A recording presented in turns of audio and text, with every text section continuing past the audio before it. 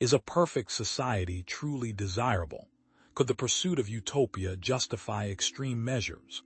What if the blueprint for a seemingly ideal society contained the seeds of tyranny? What if this admired work, often seen as a cornerstone of Western thought, actually provides a blueprint for controlling humanity? We're talking about Plato's Republic, the most influential blueprint for a perfect society in Western thought, a philosophical puzzle studied for centuries.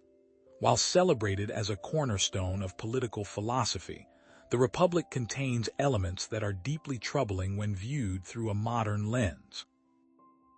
Its proposals, seemingly innocent on the surface, might justify extreme social engineering if applied literally, raising serious questions about individual liberty and the potential for abuse. This video isn't about attacking Plato. Rather, it's a critical examination of his ideas, exploring their potential for misuse, and understanding the dangers inherent in utopian thinking. By the end of this exploration, you'll gain insight into how Plato's concepts, like the noble lie, can be used to justify manipulation, the dark implications of his eugenics proposals and their historical parallels, and the risks of entrusting absolute power to philosopher-kings. The most profound insight of all is understanding how easily the pursuit of utopia can lead to dystopian outcomes. This video will provide you with tools to critically assess political systems and resist manipulation. Now, many view Plato's Republic as a positive and inspiring work, one that has been incredibly influential in shaping Western thought. Some may even disagree with interpreting it as a totalitarian text. Exploring these concerns doesn't negate Plato's contributions, and some of the topics we'll discuss will be uncomfortable to consider. With that in mind, let's begin our exploration of the Republic, starting with the core ideas that underpin Plato's vision of the ideal state. Now, let's delve deeper into the foundation upon which Plato constructs his Republic, a meticulously designed hierarchical society. This isn't merely a matter of social organization. It's the very cornerstone of his ideal state, intended to create order, harmony, and optimized function. Think of it as a perfectly tuned machine, where each part plays a specific role to ensure the smooth operation of the whole. But here's the critical question. Does this pursuit of perfect order come at a cost? Does this seemingly well-intentioned structure inadvertently create a system ripe for control, where individual freedom is sacrificed for the sake of social stability? What begins as a quest for utopia could easily morph into something far more sinister. To understand Plato's vision, we must grasp the concept of the three classes: the philosopher-kings, the auxiliaries, and the producers. What this means is that society isn't a homogeneous mass, but rather a carefully stratified system where each group has a distinct purpose and set of responsibilities. The philosopher-kings naturally occupy the highest rung, embodying wisdom and reason. They are the intellectuals, the scholars, the individuals capable of grasping the eternal truths that govern the universe. In other words, they are the brains of the operation. Then we have the auxiliaries, the soldiers and guardians of the state, characterized by courage and discipline. They are the protectors, the enforcers, the ones who maintain order and defend against external threats. Think of them as the body, strong and unwavering. And finally, there are the producers, the craftsmen, farmers, and merchants who provide for the material needs of society, representing temperance and practicality. They are the laborers, the providers, the ones who ensure the state's survival. They are the sustenance of the system. Just as a soul is composed of reason, spirit, and appetite, so too is Plato's ideal society comprised of these three classes.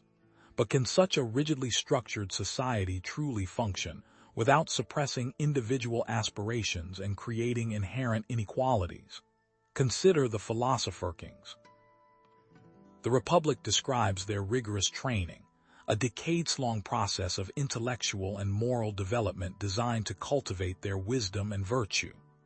They are to be selfless rulers, motivated only by the good of the state, immune to corruption and personal ambition. We are told that they live communally, without private property or families, to prevent any conflict of interest. But what if even the most rigorously trained philosopher king is still susceptible to human fallibility? Can any individual, no matter how wise, truly possess the objectivity and impartiality required to wield absolute power? For example, imagine a dispute arises between two producers regarding land use. The philosopher king, in their infinite wisdom, rules in favor of one, deeming it the most efficient use of resources. But what if the other producer feels the decision is unjust, that their livelihood is being unfairly threatened? Who arbitrates the arbitrator? The auxiliaries, on the other hand, are tasked with enforcing order and protecting the state from both internal and external threats. Picture them as a dedicated police force and standing army all in one, ensuring compliance with the philosopher king's laws and defending the republic's borders. But here lies another danger. What if the auxiliaries, in their zeal to maintain order, overstep their bounds and suppress dissent? What if they become tools of oppression, silencing those who dare to question the philosopher king's authority? Suppose a group of producers, feeling marginalized and unheard, begin to organize a peaceful protest. The auxiliaries, fearing social unrest, move in to quell the demonstration, using force to disperse the crowd and arresting the leaders. Is this justice? Or is it the insidious creep of tyranny disguised as social order? The implications of this rigid social hierarchy are profound. This means that individual freedom and social mobility are severely limited. One's place in society is largely determined at birth, based on innate abilities and aptitudes assessed through a system of education and testing. Those deemed fit to rule are elevated to the philosopher king class, while those with a knack for combat become auxiliaries, and the rest are relegated to the producer class. The question then becomes, is this system truly just? The takeaway from this must be a consideration for how a system supposedly founded on merit and reason might also be a system of rigid social stratification.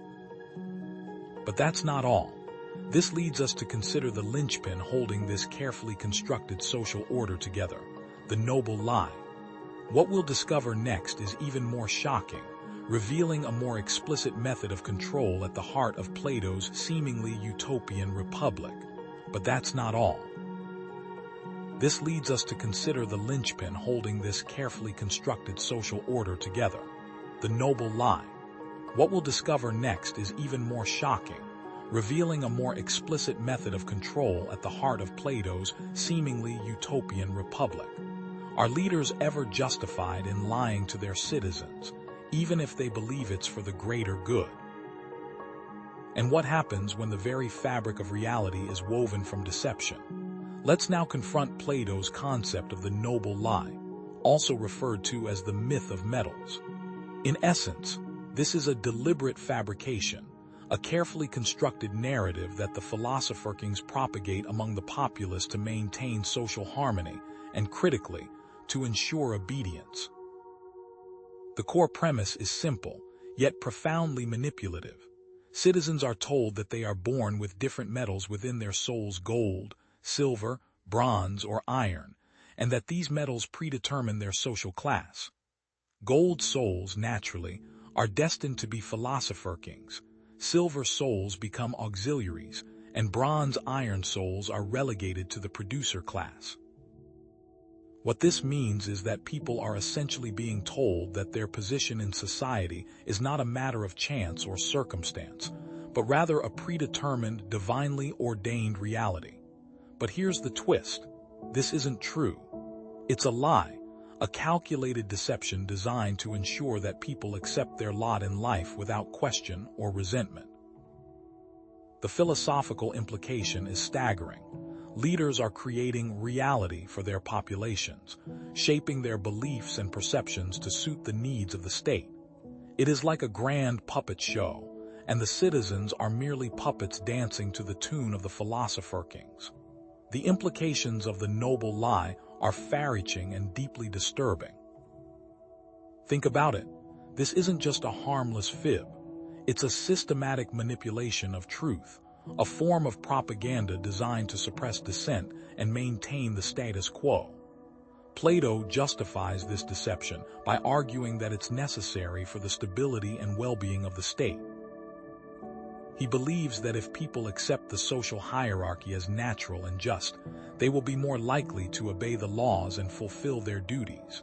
In the Republic, Plato writes, could we somehow contrive one of those opportune falsehoods, of which we were just now speaking, so as by one noble lie thoroughly to persuade, if possible, the rulers themselves, but failing that, the rest of the city?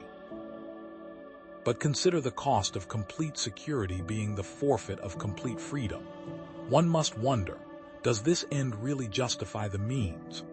Imagine a society where questioning authority is seen as a betrayal of the gods, where challenging the status quo is tantamount to heresy.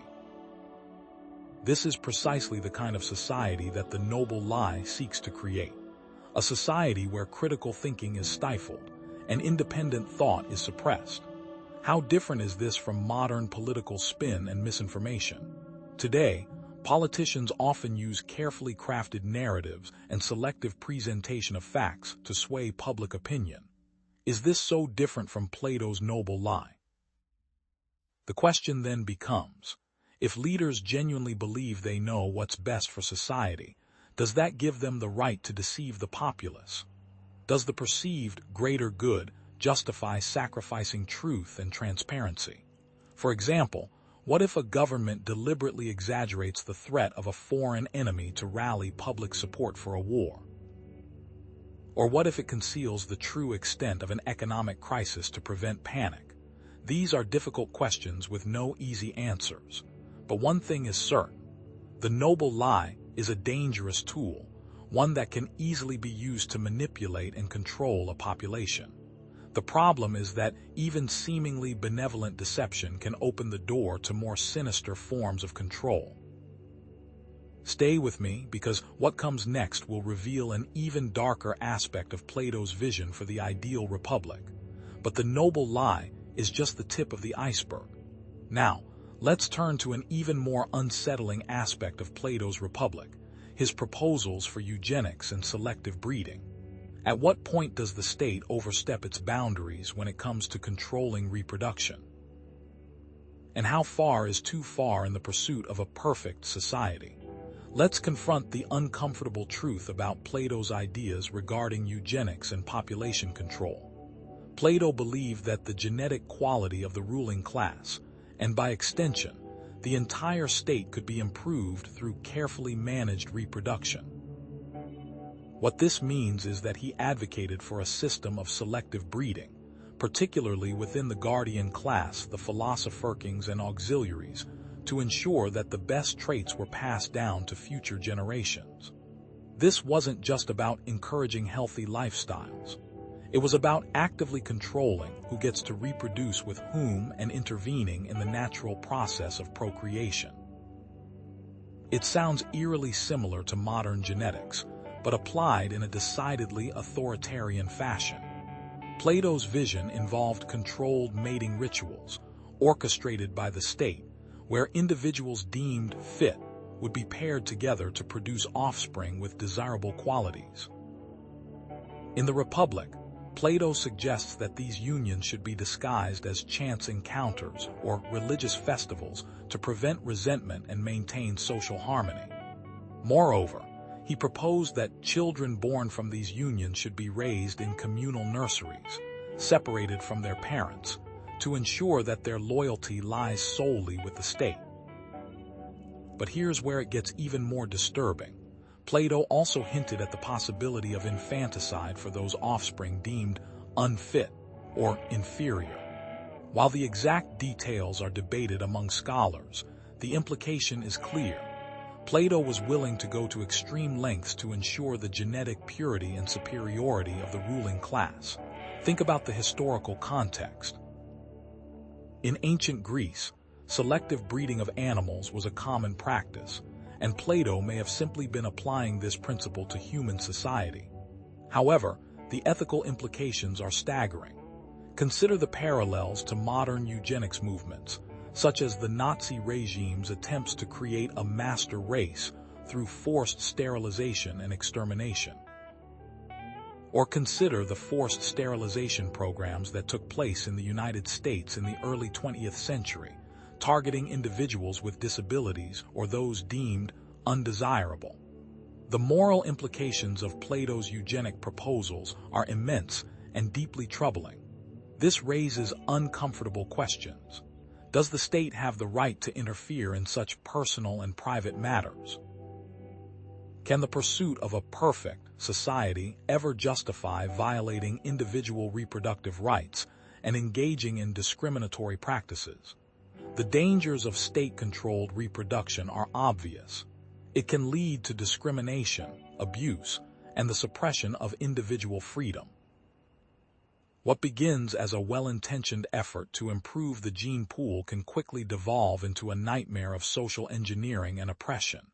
Even the concept of who decides the best traits for a society is troubling. If implemented, what would the social fabric of the state be? As we continue, the potential for abuse becomes increasingly apparent, but the rabbit hole goes even deeper. Let's now re-examine the concept of the philosopher king, the supposed ideal ruler in Plato's Republic. But is absolute power a corrupting influence, even for the wise? And what happens when wisdom becomes indistinguishable from tyranny? Let's now turn our attention back to the figure at the heart of Plato's Republic, the philosopher king. They are the embodiment of wisdom, virtue, and reason, the individuals best suited to guide the state towards justice and harmony. But does even the most virtuous ruler deserve unchecked power? These individuals, through rigorous training and intellectual discipline, are meant to be immune to corruption and personal ambition, motivated solely by the common good. But even the wisest and most virtuous individual is still human, susceptible to flaws, biases, and errors in judgment. What if the philosopher king, despite their best intentions, becomes detached from the needs and concerns of the populace? What if they become convinced of their own infallibility, suppressing dissenting voices and clinging to power at all costs? History offers numerous examples of rulers who were initially hailed as enlightened or benevolent despots, but ultimately succumbed to the corrupting influence of power. Consider Marcus Aurelius, the Roman emperor and Stoic philosopher, often cited as an example of a philosopher king. While Aurelius was undoubtedly a wise and just ruler, he also made decisions that had negative consequences, such as his persecution of Christians. Think about it, even the most well-intentioned leaders can make mistakes, especially when wielding absolute authority. Or consider examples of rulers who started with noble aspirations but gradually devolved into tyrants, becoming consumed by paranoia, vanity, and a lust for power. What happens when the pursuit of wisdom turns into a justification for oppression? After all, absolute power corrupts absolutely. Can virtue alone guarantee good governance? And are checks and balances, things Plato actively argues against, actually a necessary evil to protect against tyranny? The inherent risks of entrusting absolute power to any individual or group, regardless of their intentions, cannot be overstated. This is why checks and balances, separation of powers, and democratic accountability are so crucial in preventing tyranny. These mechanisms are designed to distribute power, limit its abuse, and ensure that rulers are accountable to the people they govern. The concentration of power, even in the hands of the wise, is a dangerous game. One must wonder, is it ever truly safe to concentrate so much power in the hands of a few? The question then becomes, if absolute power is so dangerous, why does Plato advocate for it in the Republic? What we'll uncover next is even more disturbing. The philosopher-king's power extends beyond mere political control to shaping the very perception of reality within the Republic. But how does this total control actually work? What if the philosopher-king's power extends beyond mere political control to something far more insidious, the very shaping of reality within the Republic? This brings us to one of Plato's most enduring and unsettling ideas, a cornerstone of the Republic that reveals the ultimate method of control: the allegory of the cave. The allegory is not just a philosophical musing. It's a chilling metaphor for how the state can manipulate the perceptions of its citizens, keeping them in a perpetual state of illusion and ignorance. And it's the culmination of everything we've discussed so far: the rigid social hierarchy, the manipulative noble lie, and the disturbing implications of eugenics. But if the philosopher-kings control the narrative within the cave, how can the population ever truly know the truth, or even begin to suspect that there's a reality beyond the shadows? Let's descend into the depths of Plato's allegory of the cave. Imagine prisoners chained in a subterranean cave, their legs and necks bound so they can only gaze upon a wall. Behind them, a fire casts flickering shadows of objects carried by unseen figures. The prisoners, having known nothing else their entire lives, mistake these shadows for reality. For them, the shadows are not mere representations of objects. They are the objects themselves. They have no concept of a world beyond the cave, no knowledge of the true forms that cast these fleeting images. Now, imagine one of these prisoners is freed from their chains. The ascent out of the cave is a painful and disorienting process. The light of the fire initially blinds them, making it difficult to discern the objects whose shadows they once knew so well. As the freed prisoner continues their ascent and emerges into the outside world, the sun's brilliance is almost unbearable.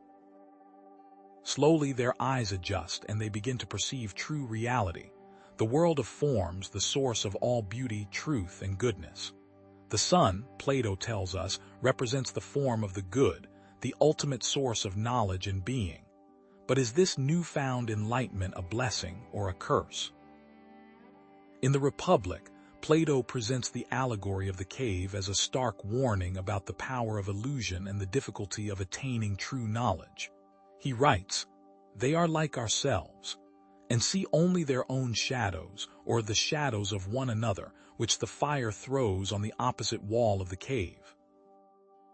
The escaped prisoner, having glimpsed the true reality, feels compelled to return to the cave and share their newfound knowledge with their former companions.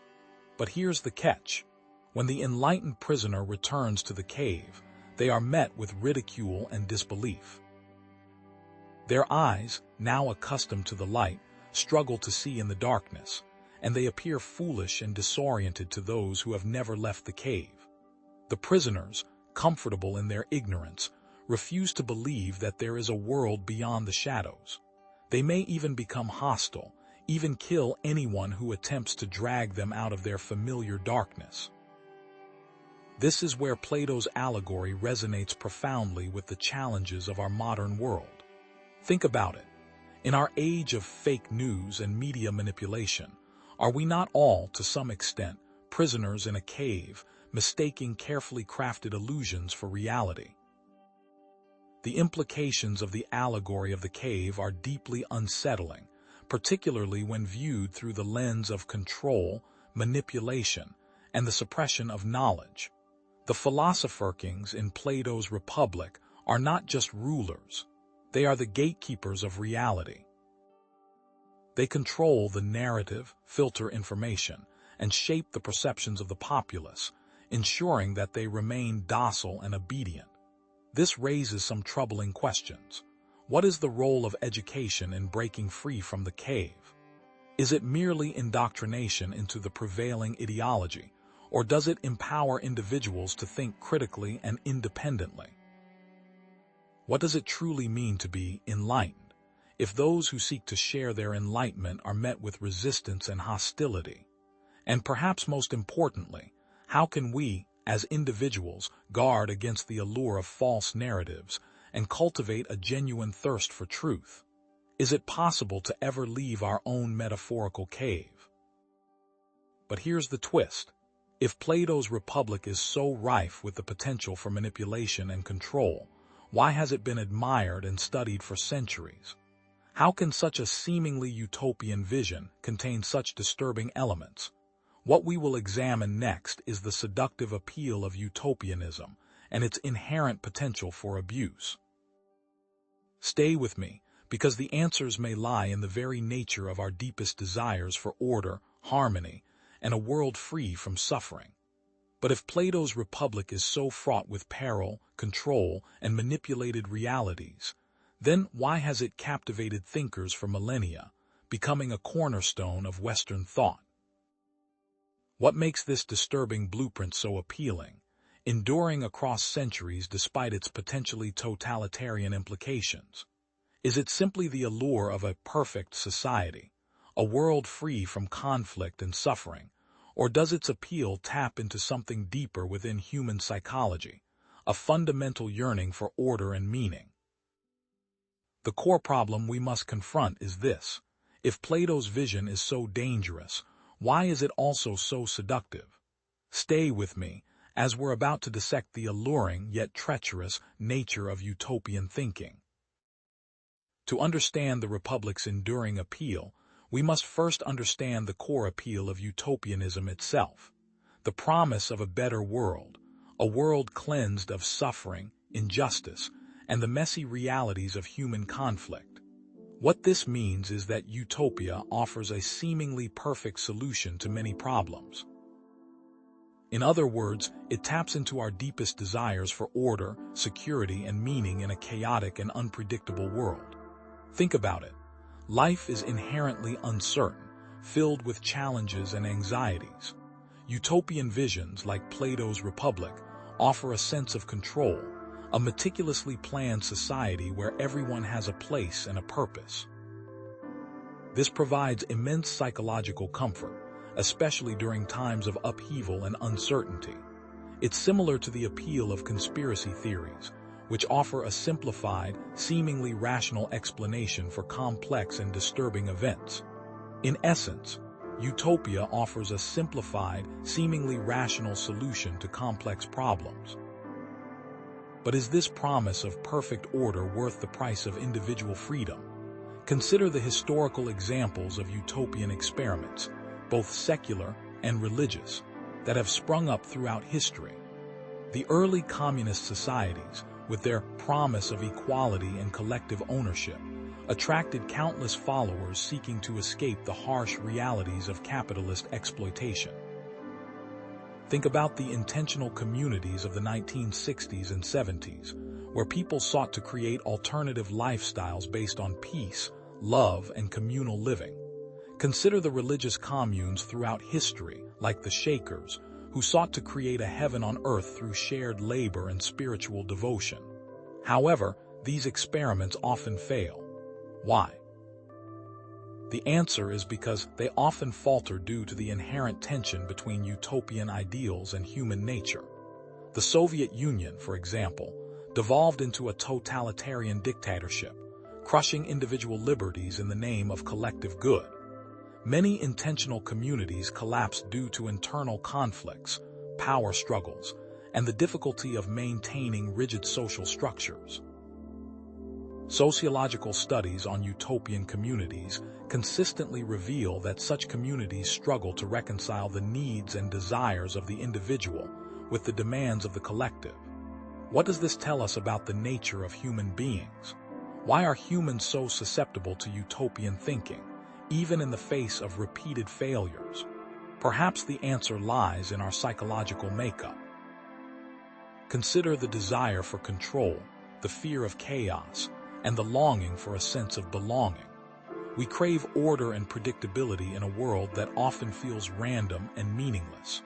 We yearn for a sense of community and connection in an increasingly atomized society.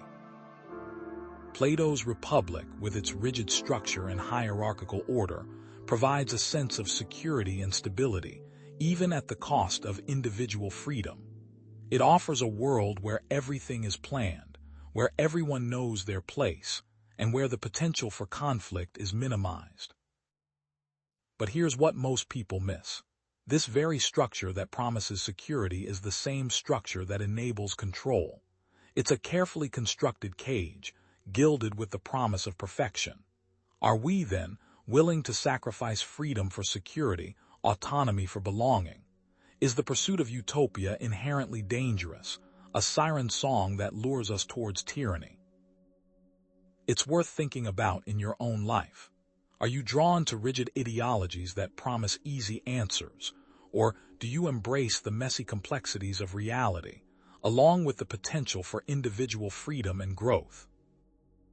But the real question is this: if the Republic represents a dangerous extreme, a cautionary tale of utopian ideals gone awry, what are the alternative models for a just and well-ordered society?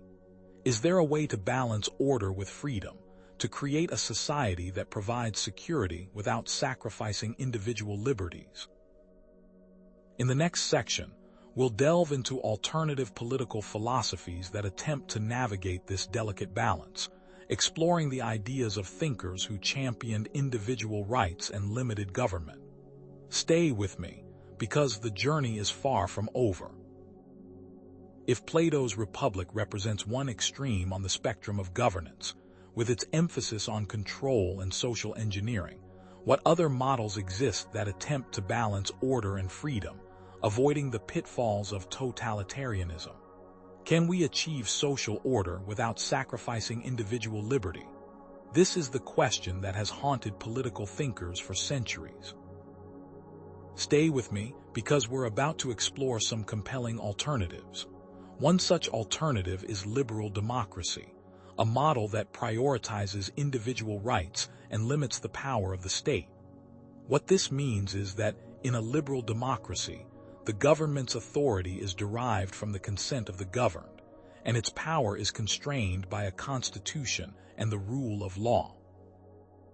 The core tenets of liberal democracy include individual rights, such as freedom of speech, religion, and assembly; the rule of law, which ensures that everyone is subject to the same laws and legal processes; the separation of powers, which divides governmental authority among different branches to prevent any one branch from becoming too powerful; and democratic accountability, which holds government officials responsible to the people through free and fair elections. So, in essence, liberal democracy seeks to create a system where individuals are free to pursue their own interests and participate in the political process, while also ensuring that the government is accountable and respects the rights of all citizens. But does it actually work in practice? Consider the historical examples of successful liberal democracies, such as the United States, the United Kingdom, and Canada. In these countries, individual rights are generally well protected, economic prosperity has flourished, and conflicts are typically resolved through peaceful means. The Bill of Rights in the United States, for example, guarantees fundamental freedoms such as freedom of speech and religion, protecting individuals from government overreach. The Magna Carta in the United Kingdom established the principle of the rule of law, limiting the power of the monarch, and ensuring that even the king was subject to the law. Think about the American Civil Rights Movement, where activists fought to secure equal rights for all citizens, challenging discriminatory laws and practices. These examples demonstrate the strengths of liberal democracy in protecting individual rights and promoting social justice. But is liberal democracy without its flaws? Liberal democracy, despite its successes, is not without its limitations. Potential for inequality, political polarization, and the tyranny of the majority remain significant challenges. Does liberal democracy truly guarantee equal opportunity for all, or do systemic inequalities persist, limiting the life chances of some individuals? Is it possible to prevent the concentration of power in the hands of a few, even in a democracy? Or do wealthy elites and powerful corporations exert undue influence on the political process? Think about the increasing political polarization in many Western democracies, where societies are divided along ideological lines, making it difficult to find common ground and address pressing social problems. And how does a society balance individual freedom with the common good, particularly when individual rights conflict with the interests of the community? These questions highlight the ongoing challenges of making liberal democracy a truly just and equitable system. Now let's consider another approach, one that emphasizes individual liberty even more strongly than liberal democracy. How far should freedom go? What if we took the principles of individual liberty to their furthest extreme? Libertarianism offers a model that prioritizes individual liberty above all else, advocating for minimal government intervention in both economic and social affairs. But can a society function without significant government regulation? This is the central question at the heart of libertarian thought. Stay with me as we dive deeper into the complexities of this intriguing philosophy. At its core, libertarianism champions individual sovereignty, free markets, and limited government. What this means is that each individual has the right to make their own choices, without interference from the state or other individuals, as long as they do not infringe upon the rights of others. Libertarians view individual rights as absolute and inviolable, arguing that the government should only exist to protect these rights, not to regulate or control them. The role of voluntary association and private property are central tenets in a libertarian society. Individuals should be free to associate with whomever they choose, without government interference, and private property rights should be strictly protected, allowing individuals to accumulate wealth and resources without fear of government confiscation. So, in essence, libertarianism seeks to maximize individual freedom by minimizing the power of the state. But what would this look like in practice? Consider the ideas of libertarian thinkers such as Ayn Rand, Murray Rothbard, and Robert Nozick, who have all articulated different versions of libertarianism. Think about the American Old West, often romanticized as a society where individuals were free to pursue their own interests, with minimal government interference. Economist Milton Friedman argued that free markets are the best way to promote economic prosperity and individual freedom. Think about the potential benefits of libertarianism in promoting economic prosperity, innovation, and individual autonomy. But are there downsides to this approach? Libertarianism is not without its limitations. Potential for inequality, lack of social safety nets, and the risk of exploitation are significant concerns. Can a truly free society be just, or does it inevitably lead to vast disparities in wealth and opportunity? Is it possible to have both maximum freedom and social order, or does the absence of government regulation lead to chaos and anarchy? Think about the potential for businesses to exploit workers in a society with minimal labor laws, or the risk of environmental degradation in a society with no environmental regulations. And how does a society protect the vulnerable, such as the poor, the sick, and the elderly, in the absence of government-funded social safety nets? Now let's consider another alternative: socialism, a model that emphasizes equality and social justice. What happens when a government aims for equality, not liberty? Socialism presents a vastly different approach, emphasizing equality and social justice and advocating for greater government intervention in the economy and social affairs to reduce inequality and provide for the common good. But can a socialist system effectively balance individual freedom with collective well-being? At its heart, socialism embraces social ownership, economic planning, and wealth redistribution. What this means is that the community, rather than private individuals or corporations, should own and control the means of production, such as factories, land, and natural resources. The government should play a central role in planning and coordinating economic activity to ensure that resources are allocated efficiently and equitably. Wealth should be redistributed through progressive taxation and social welfare programs to reduce income inequality and provide for the basic needs of all citizens. Socialists view individual rights as contingent upon social responsibility, arguing that individuals have a duty to contribute to the well-being of the community. The government plays a crucial role in providing essential services such as health care, education, and housing, ensuring that everyone has access to the basic necessities of life. So in essence, socialism seeks to achieve greater equality and social justice through government intervention. But how does this work out in practice? Consider the ideas of socialist thinkers such as Karl Marx, Vladimir Lenin, and Bernie Sanders, who have all advocated for different forms of socialism. Think about the Scandinavian countries, which have implemented extensive social welfare programs and achieved high levels of equality and social well-being. Consider the example of Cuba, which has provided universal health care and education to its citizens, despite facing economic challenges. Social welfare programs in Scandinavian countries have been shown to reduce poverty and improve health outcomes. Think about the potential benefits of socialism in reducing inequality, improving social welfare, and promoting economic stability. But is it a perfect system? Socialism also has its limitations. Potential for economic inefficiency, bureaucratic overreach, and the suppression of individual initiative raise significant concerns. Can a socialist system truly be democratic, or does it inevitably lead to authoritarianism and the suppression of dissent?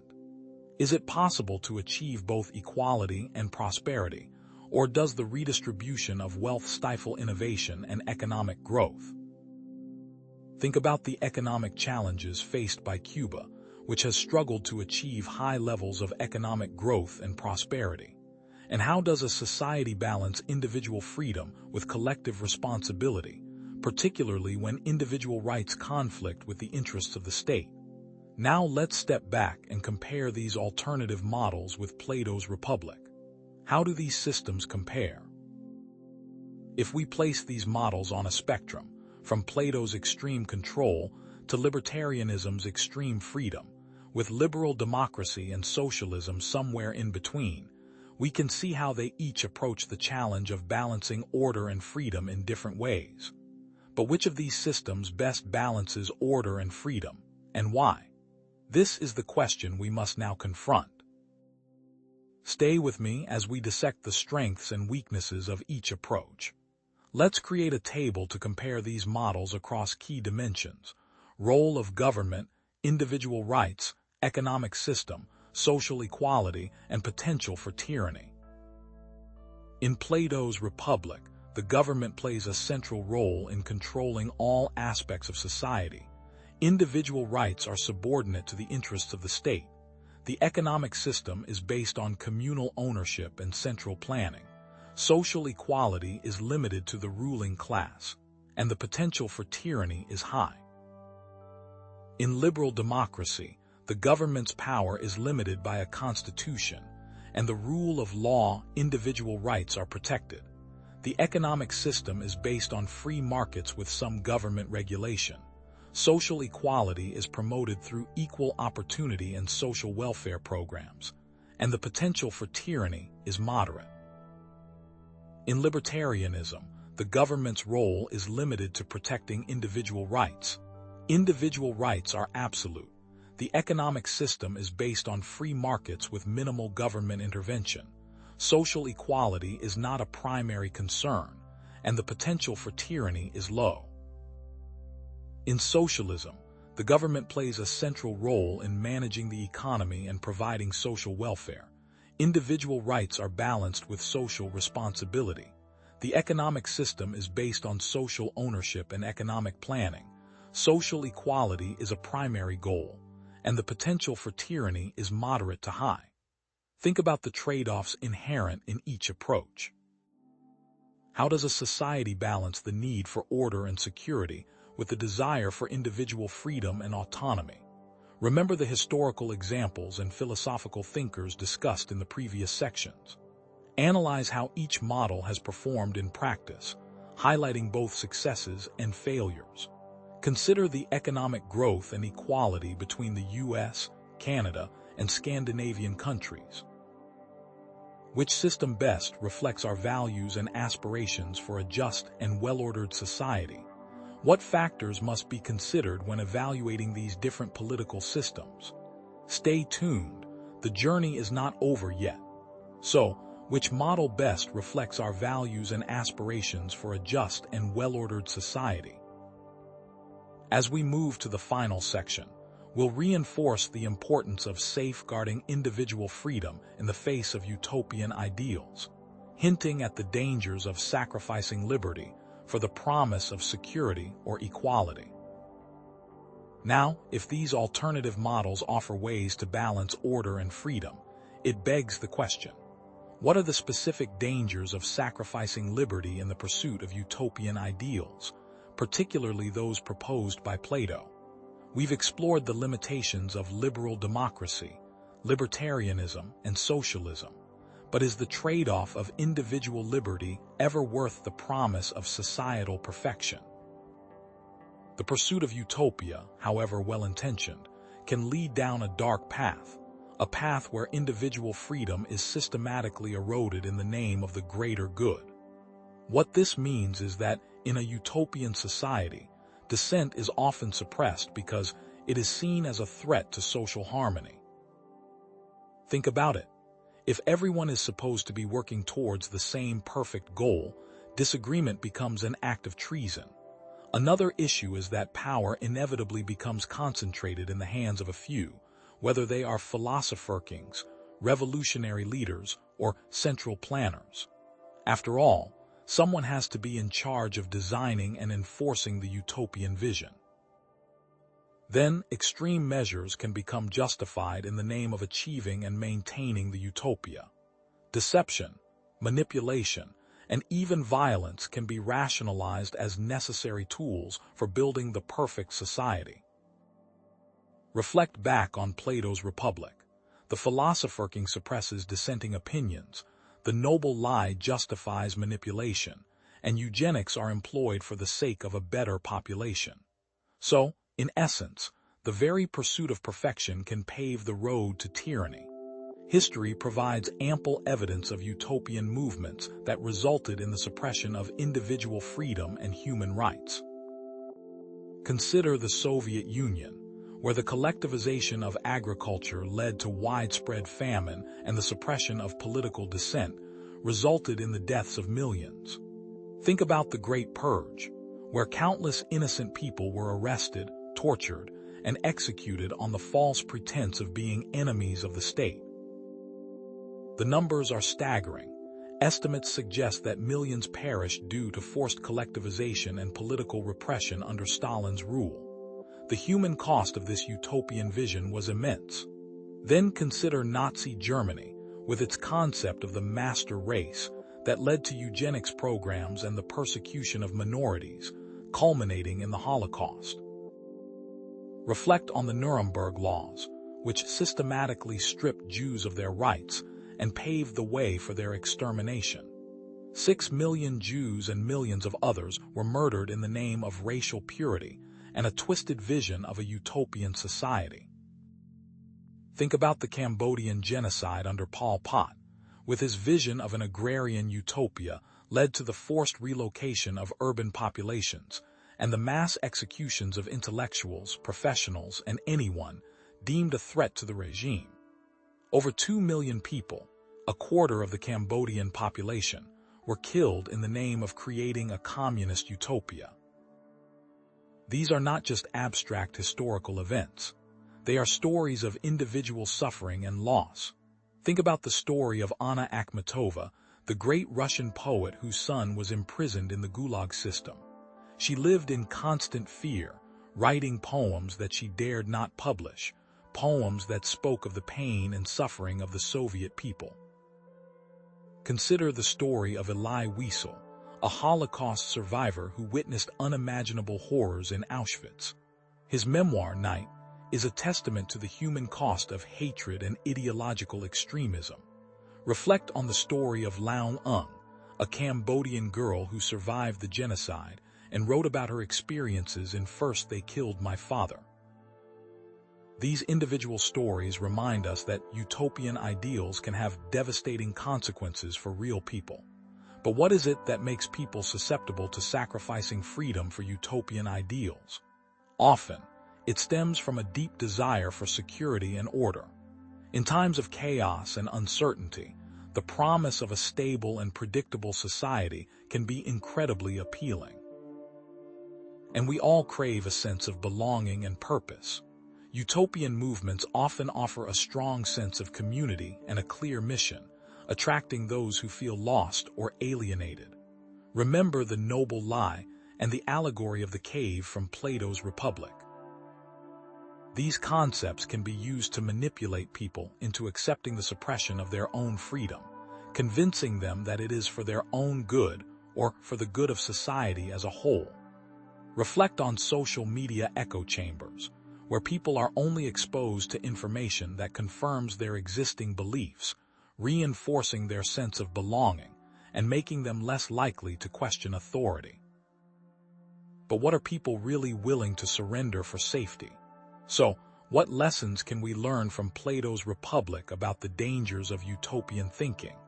How can we apply these lessons to our own lives and societies to prevent such abuses from happening again? Stay with me because in our final sections, we'll explore the importance of critical thinking, individual responsibility, and the constant questioning of authority. What we'll soon uncover, however, is even more shocking: the delicate balance between utopia and dystopia, a balance that hinges on a single, profound insight. But if we are to avoid the dystopian potential lurking within utopian visions, what concrete steps can we take to safeguard our freedom? We've explored the dangers of sacrificing individual liberty, but how do we prevent the slide toward tyranny in the first place? The first, and perhaps most critical step, lies in the concept of constant vigilance. What does constant vigilance actually mean in practice? If a population is not vigilant, is it doomed to repeat the mistakes of the past? In essence, vigilance is the antidote to the Republic's controlling tendencies, but it must be applied before those tendencies take root. Constant vigilance entails far more than simply wanting to be free. It demands a proactive commitment to critical thinking, a healthy skepticism toward authority, and an active engagement in civic life. What this means is questioning assumptions, challenging narratives, and holding leaders accountable. It requires a willingness to dissent, to speak out against injustice, and to defend the rights of others. After all, apathy and complacency are the greatest threats to freedom, for they create a vacuum that allows tyranny to flourish. In short, it's not enough to believe in freedom. You must actively defend it every day. This also involves a commitment to educating oneself about history, politics, and philosophy, so one can recognize the warning signs of creeping authoritarianism. History provides countless examples of societies that lost their freedom due to a lack of vigilance. Consider the rise of Nazi Germany. The Nazi Party skillfully exploited the economic and political instability of the Weimar Republic, using propaganda and misinformation to gain popular support. They gradually eroded democratic institutions, suppressing dissent and consolidating power in the hands of a few. The Reichstag fire decree, for example, suspended civil liberties and allowed the Nazis to arrest and imprison their political opponents. The Enabling Act further cemented their control, granting Hitler dictatorial powers. Where was the constant vigilance? Think about the failure of many Germans to challenge the Nazi regime early on, allowing it to gain an irreversible momentum. Or consider the decline of the Roman Republic. The gradual concentration of power in the hands of a few powerful individuals, the erosion of civic virtue, and the rise of demagoguery ultimately led to its collapse. Figures like Julius Caesar used their military might and popular appeal to undermine the authority of the Senate, paving the way for the rise of the Roman Empire. Reflect on the Gracchi brothers, who attempted to reform the Roman political system and redistribute land to the poor, only to be assassinated by their political enemies. The lesson: apathy and complacency can be just as dangerous as outright tyranny. But why is constant vigilance so difficult to maintain? Psychological factors play a significant role. Cognitive biases, such as confirmation bias, lead us to seek out information that confirms our existing beliefs while ignoring evidence to the contrary. The tendency to conform to groupthink can stifle dissent and discourage critical thinking. What makes people prefer lies to the truth? It's often easier to believe what we want to believe, rather than confront uncomfortable realities. Social media exacerbates these tendencies, creating echo chambers where misinformation spreads rapidly and political discourse becomes increasingly polarized. Why are people so easily fooled online? The anonymity of the internet, combined with the algorithms that curate our news feeds, makes it easier for false and misleading information to reach a wide audience. Connect this back to the allegory of the cave. How easy it is to remain in a state of illusion and ignorance, content with the shadows on the wall, and how difficult it is to break free and seek the truth. How can we train the population to be more mindful of the reality they're shown? It starts with education, media literacy, and a willingness to question everything. Are we truly vigilant in our own lives and societies? Are we doing enough to protect our freedom? Constant vigilance alone is not enough. What institutions and practices can help us maintain our vigilance and prevent the abuse of power? Even with a vigilant population, how do we create systems that actively prevent tyranny? We need concrete mechanisms that protect freedom and prevent the abuse of power. These mechanisms, however, also require vigilance to function properly. These mechanisms include a free and independent press, an independent judiciary, and a robust civil society.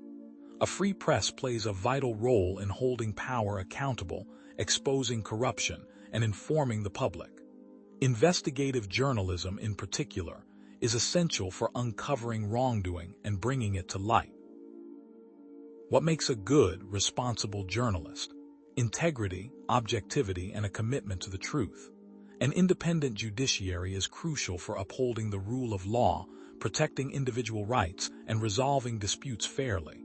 Impartial courts are essential for ensuring that everyone is treated equally under the law, regardless of their wealth, power, or status.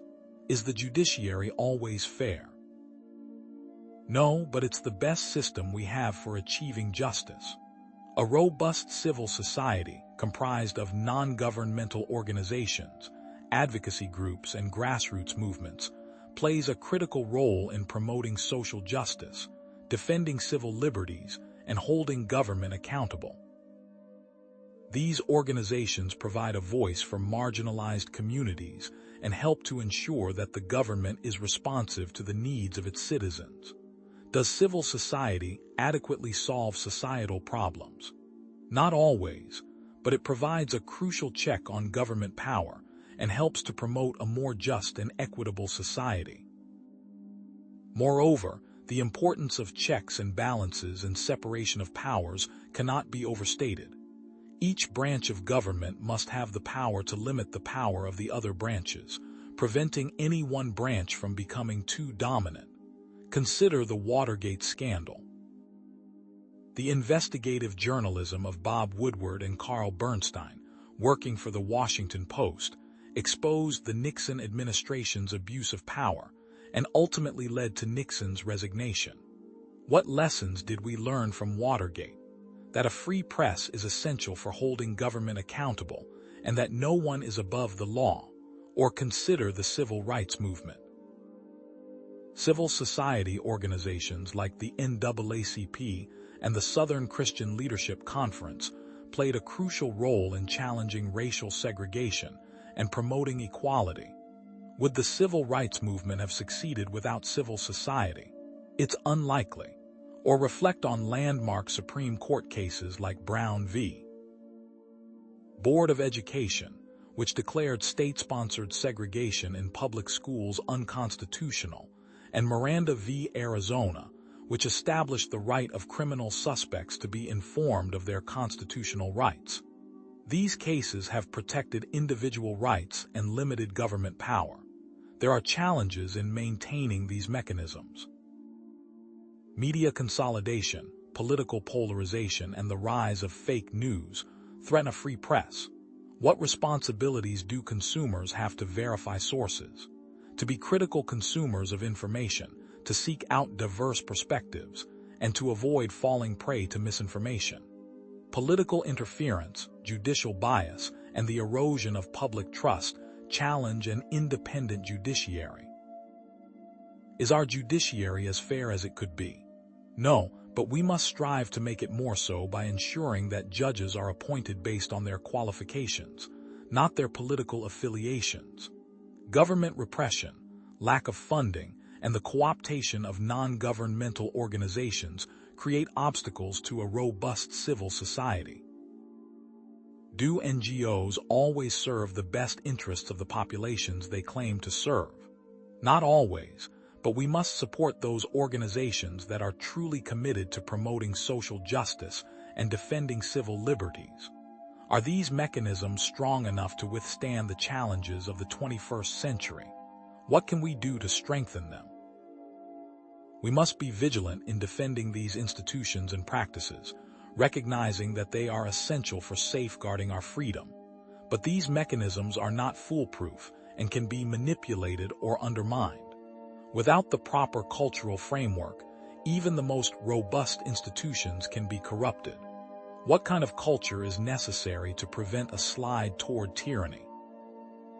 The answer lies in a culture of freedom, where individual rights are valued and dissent is tolerated.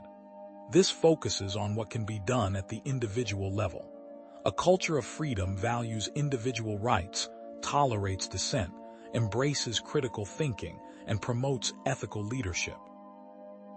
To value individual rights means recognizing that each person has inherent worth and dignity, and is entitled to certain fundamental freedoms, such as freedom of speech, freedom of religion, and freedom of assembly. What this means, how this translates to our actions, and what rights are the most important to protect is a matter of continuous debate and reflection, but the principle remains paramount. To tolerate dissent means recognizing that diversity of thought strengthens society, and that disagreement is not necessarily a threat. A culture that embraces critical thinking encourages people to question assumptions, challenge narratives, and form their own opinions based on evidence and reason. It's the need to engage in logic, not feelings. A culture that promotes ethical leadership demands that those in positions of power act with integrity, honesty, and a commitment to the common good. What happens when cultures become corrupted? History is filled with examples of nations where the loss of these key elements led to despotic states. Think about the Weimar Republic. The economic instability, political polarization, and social unrest created a fertile ground for extremism. The failure of the German people to defend their democratic institutions allowed the Nazi Party to rise to power. Or consider the decline of the Roman Empire. The erosion of civic virtue, the concentration of wealth and power in the hands of a few, and the rise of corruption ultimately led to the empire's collapse. These examples illustrate the importance of maintaining a culture of freedom. Reflect on instances where individuals stood up for their beliefs, even in the face of adversity, such as Socrates, who refused to renounce his philosophical views and was sentenced to death. These are the people who uphold the culture of freedom. Education, family, and community all play a role in shaping the culture of freedom. Schools must teach critical thinking skills, civic responsibility, and the importance of individual rights. Families must instill in their children a love of freedom, a respect for others, and a willingness to stand up for what is right. Communities must create spaces where diverse voices can be heard and where people can come together to solve problems. What practical steps can individuals take to promote a culture of freedom in their own lives? Focus on things that viewers can do now, like participating in civic life, engaging in local activism, supporting organizations that promote freedom, and speaking out against injustice. What are the obstacles that prevent a culture of freedom from taking hold? Fear, apathy, ignorance, and the desire for security. How can we create a culture where individual responsibility and ethical leadership are valued and rewarded? In essence, safeguarding freedom requires constant vigilance, strong mechanisms, and a supportive cultural environment. But here's the twist. Even these three elements are not enough. The Republic may be averted, but something more sinister remains. We've explored the dangers of utopian thinking and the importance of individual responsibility. But what is the ultimate safeguard against tyranny? How can a society convince its members to willingly accept inequality and oppression? The answer, as disturbing as it may be, lies in a trifecta of manipulation: dehumanization, propaganda, and censorship. We've explored the theoretical safeguards against tyranny, but what happens when these forces are systematically deployed to control the population? How does Plato's Republic, seemingly designed for the greater good, become a fertile ground for such manipulation? Dehumanization, in its simplest form, is the act of stripping away a person's humanity, making them seem less than human, alien, or even monstrous. What this means is that individuals are no longer seen as unique beings with thoughts, feelings, and rights, but rather as members of a faceless mass, easily categorized and dismissed. This denial of individuality paves the way for the attribution of negative characteristics, labeling certain groups as inherently evil, lazy, or dangerous. Think of it like this: if you see someone as one of them, it becomes much easier to justify mistreating them. The use of derogatory language, employing slurs and insults, further degrades and dehumanizes the target group, normalizing prejudice and discrimination. This all builds towards the justification of violence, arguing that it's necessary to protect society from the threat posed by this dehumanized group. So in essence, dehumanization makes it psychologically easier to mistreat others, to deny them basic rights, and even to inflict violence upon them. How does dehumanization make it easier to justify oppression and violence, and is this apparent in the Republic? History is replete with examples of dehumanization that led to horrific consequences. Consider the Holocaust. Nazi propaganda relentlessly portrayed Jews as vermin, parasites, and enemies of the state, dehumanizing them in the eyes of the German population. Cartoons and posters depicted Jews with exaggerated, stereotypical features, associating them with disease, corruption, and moral decay.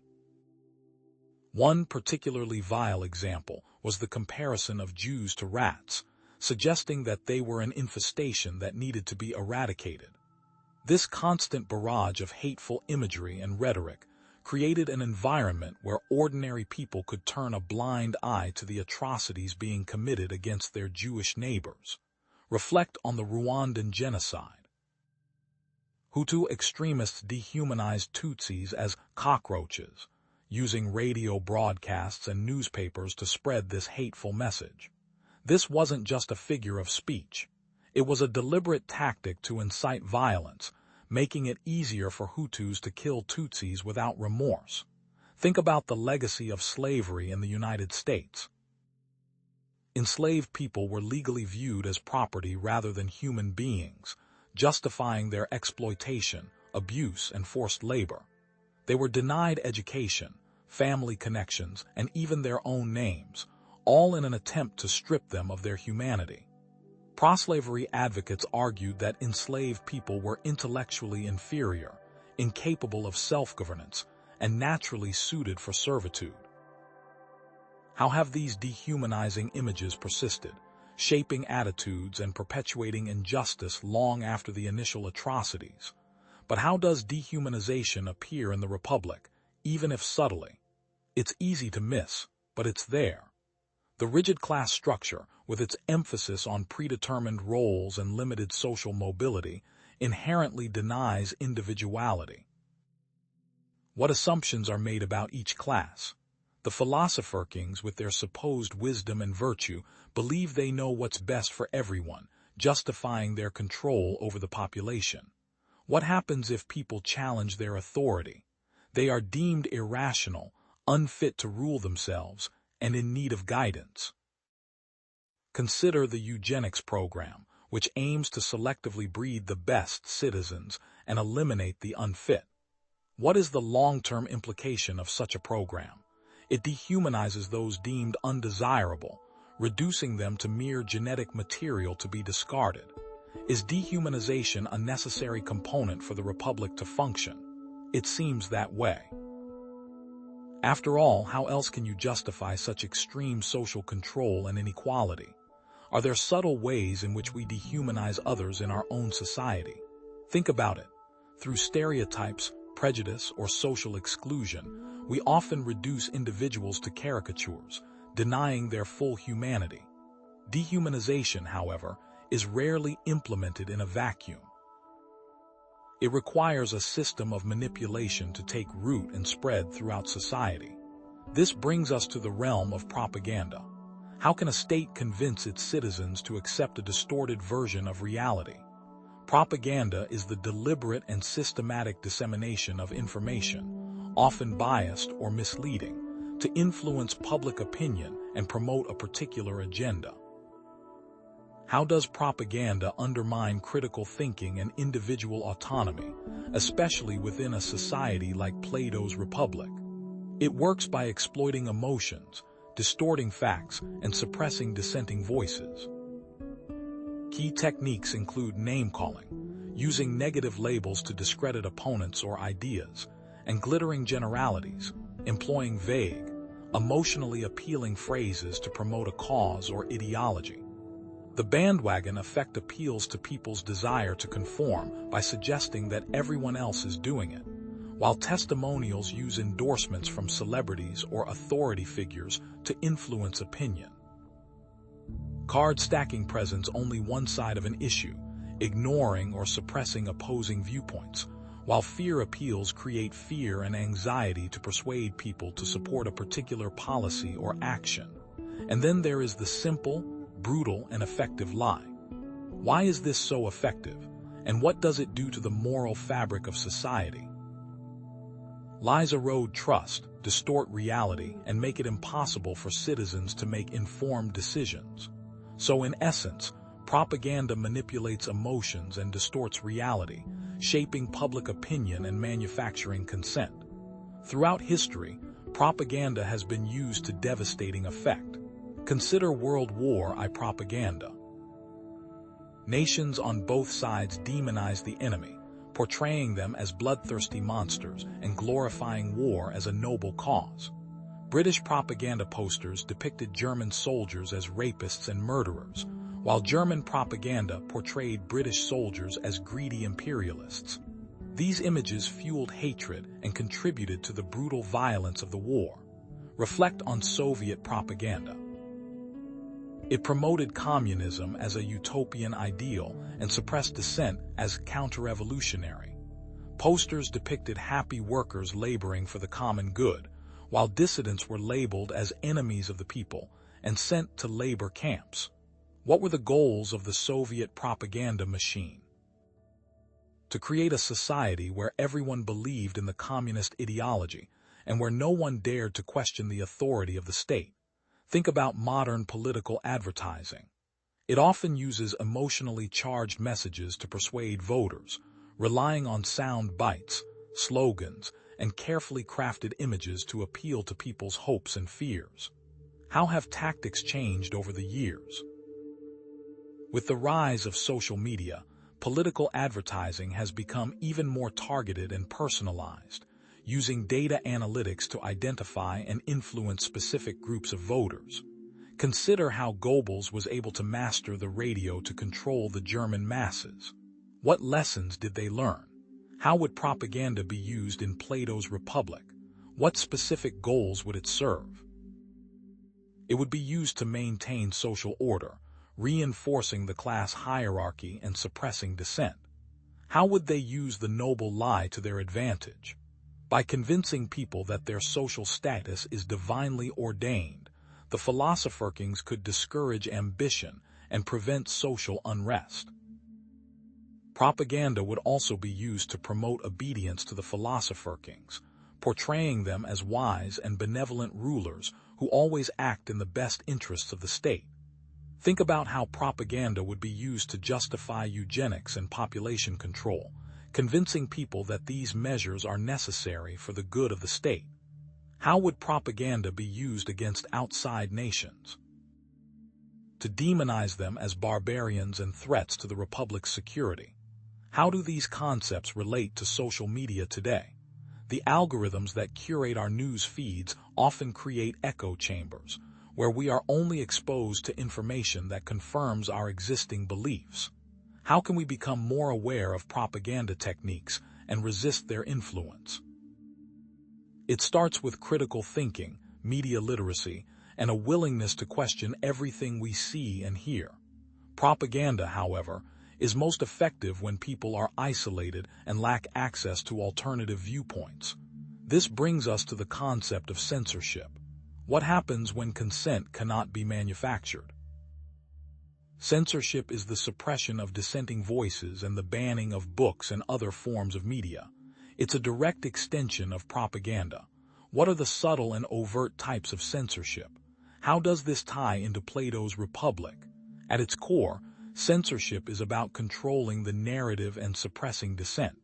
Why does this happen?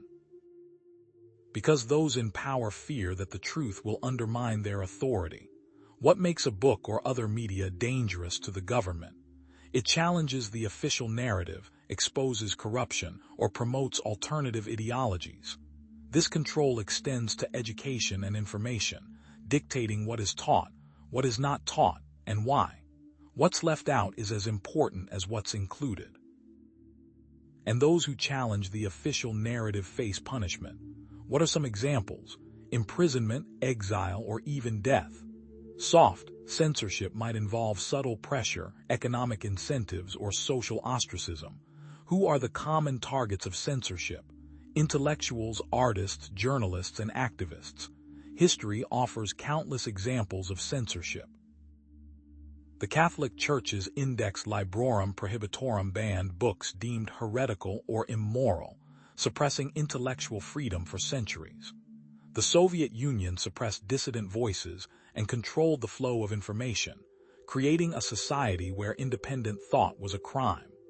China censors the internet and restricts freedom of speech, using technology to monitor and control its citizens. How is technology used? To block access to websites, monitor online communications, and punish those who express dissenting opinions. The Nazis burned books that they deemed un-German, including works by Jewish authors, pacifists, and socialists. What was the message they wanted to send? That dissent would not be tolerated. What are some examples from the modern era? Think about the increasing attempts to censor books in schools across America, largely targeting books about race and gender. How would censorship be implemented in Plato's Republic? It would start with controlling the arts, banning poetry and music that could undermine social order. It would move to restricting access to information, limiting what citizens can know about the outside world. And most importantly, it would culminate in suppressing critical thinking, discouraging independent inquiry and questioning of authority. What means would they use to restrict knowledge? By controlling education, limiting access to books, and punishing those who dared to challenge the status quo. Would the philosopher-kings be above reproach? Absolutely. Their wisdom and virtue would be beyond question. Are there subtle forms of censorship in our own society? Think about the way social media platforms algorithmically filter information, creating echo chambers and limiting exposure to diverse viewpoints. The combination of dehumanization, propaganda, and censorship creates a closed society where individual freedom is extinguished and critical thinking is suppressed. But what is the end result of all these actions? And what are the psychological effects of living in such a society? As we continue, what we'll uncover will challenge everything you think you know. How can a society inflict damage that is more than physical, reaching into the deepest recesses of the mind? Building on the previous discussion, the combined forces of dehumanization, propaganda, and censorship have a devastating impact on the human psyche, leading to specific, predictable psychological consequences. It's more than just limiting freedom. It's about reshaping reality itself. What are the psychological costs of living in a society where truth is suppressed and humanity is denied? The answer is a constellation of mental and emotional wounds that erode the very essence of what it means to be human.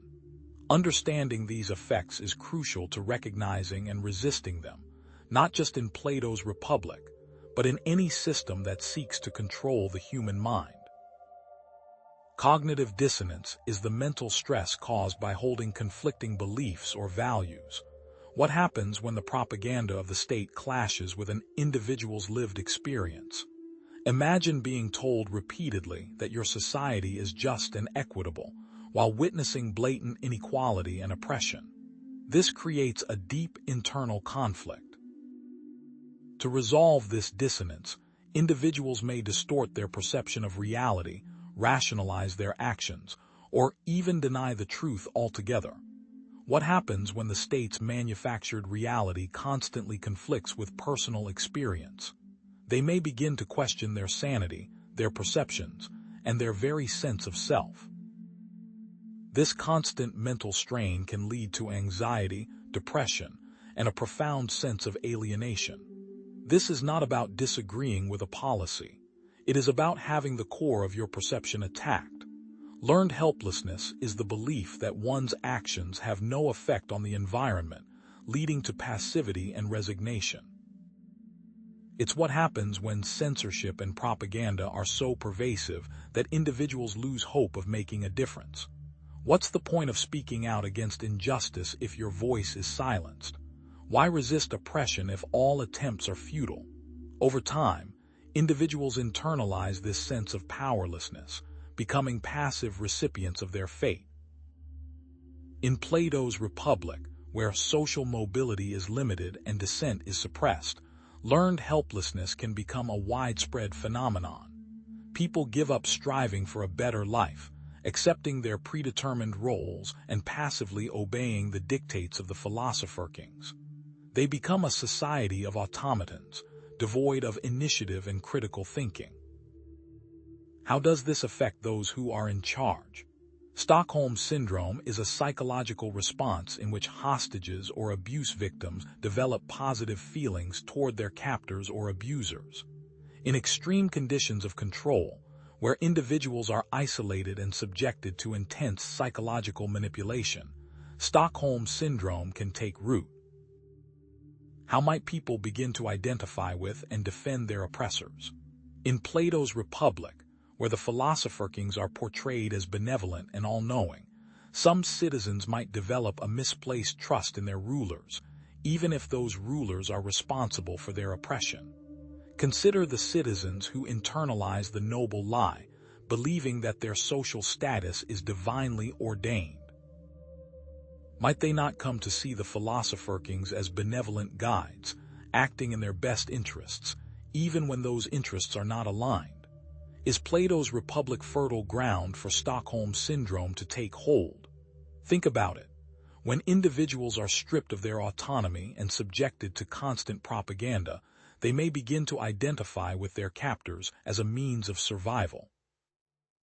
Moral disengagement is the process of detaching oneself from ethical considerations, making it easier to justify harmful actions.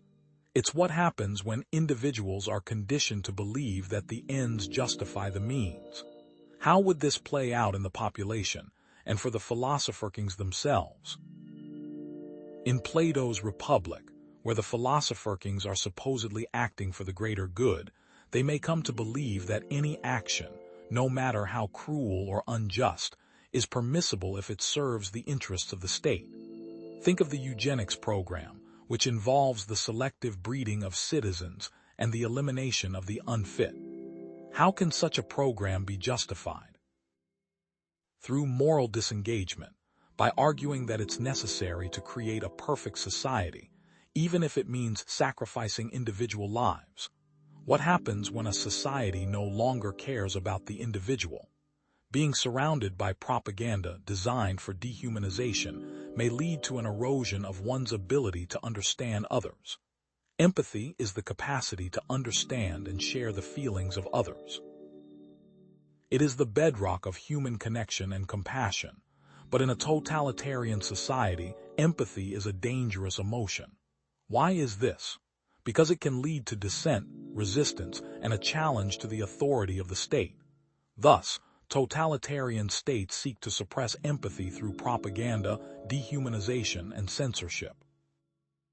When certain groups are portrayed as enemies, as less than human, or as threats to social order, it becomes easier to justify violence and oppression against them. Is lack of empathy a requirement to keep a totalitarian state running? It seems that way. After all, how else can you justify the systematic violation of human rights? This section is not about physical harm, but intellectual and emotional damage. History is replete with examples illustrating these psychological effects. Consider the effects of brainwashing on prisoners of war or cult members. How do authorities establish that control? By isolating individuals, depriving them of sleep and food, and subjecting them to intense propaganda. These techniques are designed to break down the individual's sense of self, making them more susceptible to manipulation. Think about the specific psychological techniques used to break down individuals and control their minds. What actions do authorities take to establish that control? They use repetition, emotional appeals, and constant reinforcement to instill new beliefs and values, often replacing the individual's original identity with a new one. Think about the Milgram experiment. How does it demonstrate the power of authority to override individual conscience? Participants were instructed to administer electric shocks to another person, even when that person was clearly in pain. What did researchers conclude after conducting the experiment? That ordinary people are capable of committing terrible acts when instructed by an authority figure. And then there is the Stanford prison experiment. How can the Lucifer effect take hold? By assigning individuals to roles of power and authority, and by creating an environment where dehumanization and moral disengagement are normalized. What specific anecdotes can we draw from historical accounts or personal testimonies of people who have experienced these psychological effects? Consider the case of Nazi concentration camp survivors who reported feeling dehumanized, helpless, and emotionally numb. Think about the stories of individuals who have left cults, struggling to rebuild their lives and overcome the psychological damage inflicted by years of manipulation. Consider political prisoners and activists who were held in solitary confinement for years, sometimes decades. How would these psychological effects help to maintain social control and suppress dissent in Plato's Republic? They would create a population that is docile, obedient, and incapable of critical thinking. How do all the elements connect? Dehumanization makes it easier to mistreat others. Propaganda distorts reality, censorship suppresses dissent, and the combination of these forces leads to cognitive dissonance, learned helplessness, Stockholm syndrome, moral disengagement, and a loss of empathy. Would they make it easier for the philosopher kings to manipulate and control the population? Absolutely. A population that is psychologically damaged is far easier to control than a population that is healthy and resilient. Could they lead to a society of automatons, devoid of critical thinking and individual autonomy. That seems to be the end goal. What would be the long-term consequences for the human spirit? A slow and agonizing death. Are there subtle ways in which these psychological effects manifest in our own society?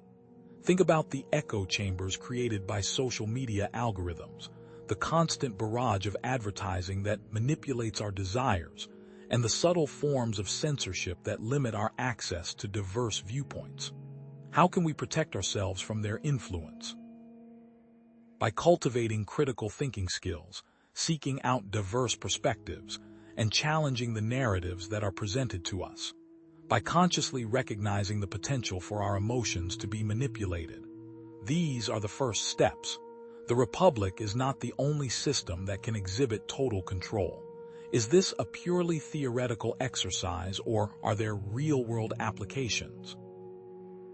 As we continue, we'll explore whether there are modern equivalents to Plato's Republic, where similar psychological and social dynamics are at play. The Republic is not some ancient relic, confined to the pages of a book. Are the psychological effects of total control truly a thing of the past, or do they echo in the present? We've explored how Plato's Republic, in its pursuit of a perfect society, can inadvertently pave the way for a totalitarian state, one that inflicts deep psychological wounds on its citizens. But here's the question that burns. Are there modern societies or organizations exhibiting similar control, manipulation, and suppression of individual freedom, perhaps even more subtly than Plato envisioned? What if the same dangers lurk, not in overtly authoritarian regimes, but in seemingly benign institutions that shape our lives? To answer this, let's consider three modern equivalents that, in their own ways, reflect distorted aspects of Plato's Republic: cults, totalitarian regimes, and large corporations. Cults manipulate perceptions of reality, echoing the allegory of the cave, where individuals are trapped in a false world of shadows. Totalitarian regimes employ propaganda and censorship, mirroring the noble lie, albeit with far darker outcomes. And large corporations, wielding the power of data and persuasive marketing, manufacture consent among customers and subtly influence behavior.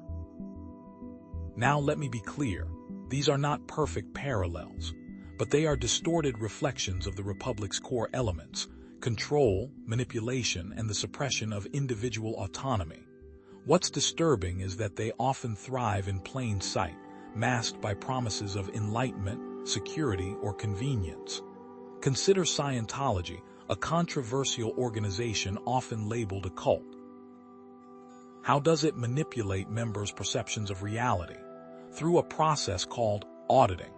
Members are subjected to intense questioning and psychological manipulation, designed to reveal their deepest insecurities and vulnerabilities.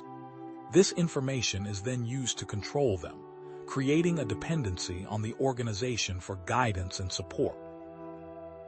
Like the prisoners in Plato's cave, Scientologists are presented with a carefully curated version of reality, one that reinforces the organization's doctrines and isolates them from outside influences. They are told that the outside world is dangerous and filled with wogs or ignorant beings. Is this constant reinforcement of the outside a tool for isolation? Indeed, former members often describe feeling as though they were living in a bubble, cut off from their families, friends, and the wider world. Then there is North Korea, a totalitarian regime that stands as a chilling example of absolute control. How does North Korea employ propaganda, censorship, and citizen control? The state maintains an iron grip on information, disseminating relentless propaganda through state-controlled media, schools, and cultural institutions. Citizens are indoctrinated from a young age, taught to revere the supreme leader as a godlike figure, and to view the outside world as hostile and corrupt. Dissent is met with swift and brutal punishment, with entire families often held accountable for the actions of one individual. Like the philosopher kings in Plato's Republic, The leaders of North Korea claim to rule in the best interests of the people, but in reality, they preside over a system of absolute oppression and control. Are the citizens of North Korea living in Plato's noble lie? What's worse is that they often don't know it and can't do anything about it. And what about large corporations, particularly social media companies? How do they collect and utilize data to influence behavior? Through sophisticated algorithms and data analytics, these companies gather vast amounts of information about their users' preferences, habits, and beliefs. This data is then used to curate content, target advertising, and even manipulate emotions. Consider how social media algorithms create echo chambers, reinforcing existing biases and limiting exposure to diverse viewpoints. Or think about how targeted advertising exploits our insecurities and desires, pushing us to consume products and services we don't really need. Large corporations may not be explicitly dictating our thoughts and actions, but they are subtly shaping our perceptions and influencing our choices in ways that can be both empowering and deeply manipulative. Are we truly free when our choices are being nudged and shaped by forces we don't even fully understand? The implications of these modern equivalents are profound. What happens when we start to compare the negative psychological effects of cults to that of social media?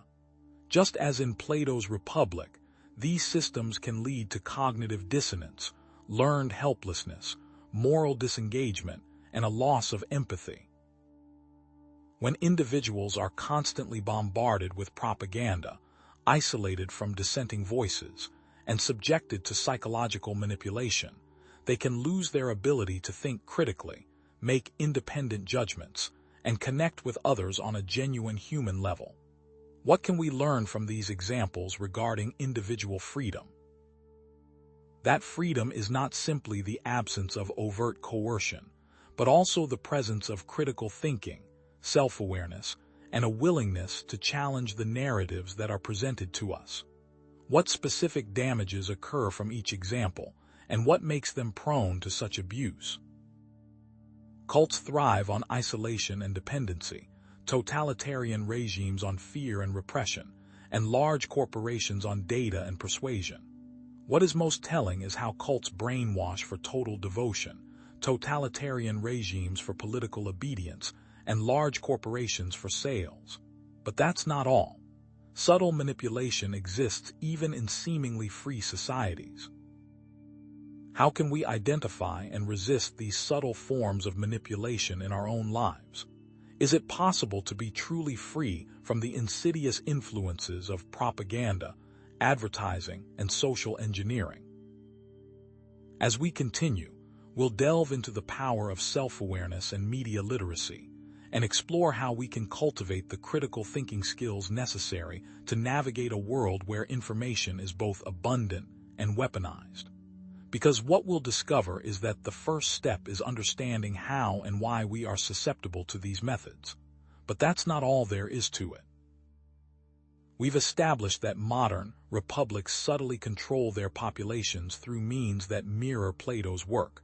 But how far does this control really go? Beyond propaganda and censorship, how can desires and choices themselves be shaped, giving people the illusion of freedom? This is the question we must now confront.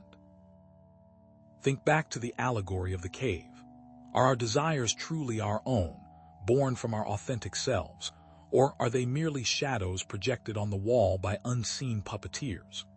Are we mistaking the curated content we consume every day for reality?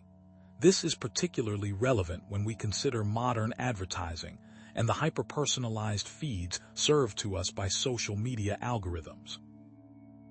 This brings us to the concept of engineering preferences and the specific techniques used to accomplish this manipulation.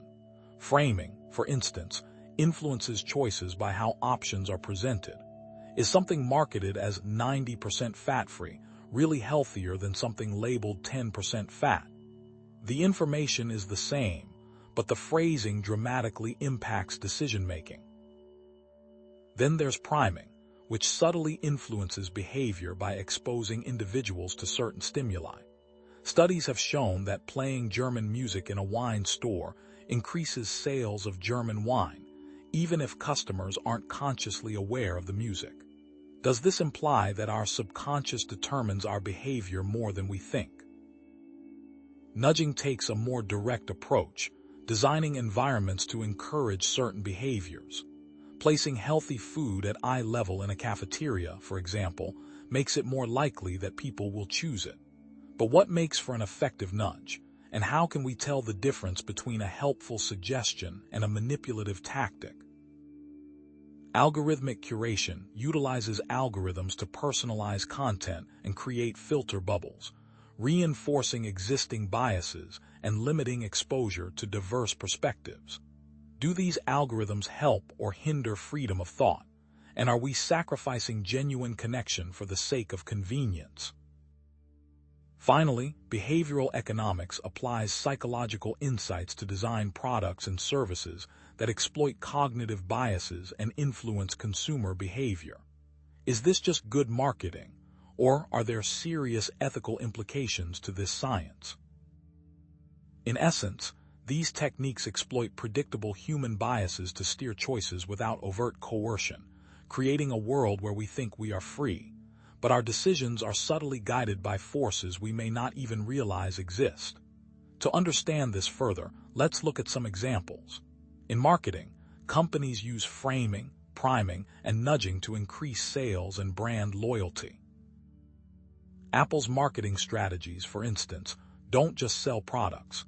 They sell a lifestyle, associating their brand with creativity, innovation, and status. Fast food chains strategically place unhealthy items at the front of the menu, making them more likely to be ordered. In politics, politicians use framing and fear appeals to influence voters. Think about immigration debates, where language is often used to demonize certain groups and justify restrictive policies.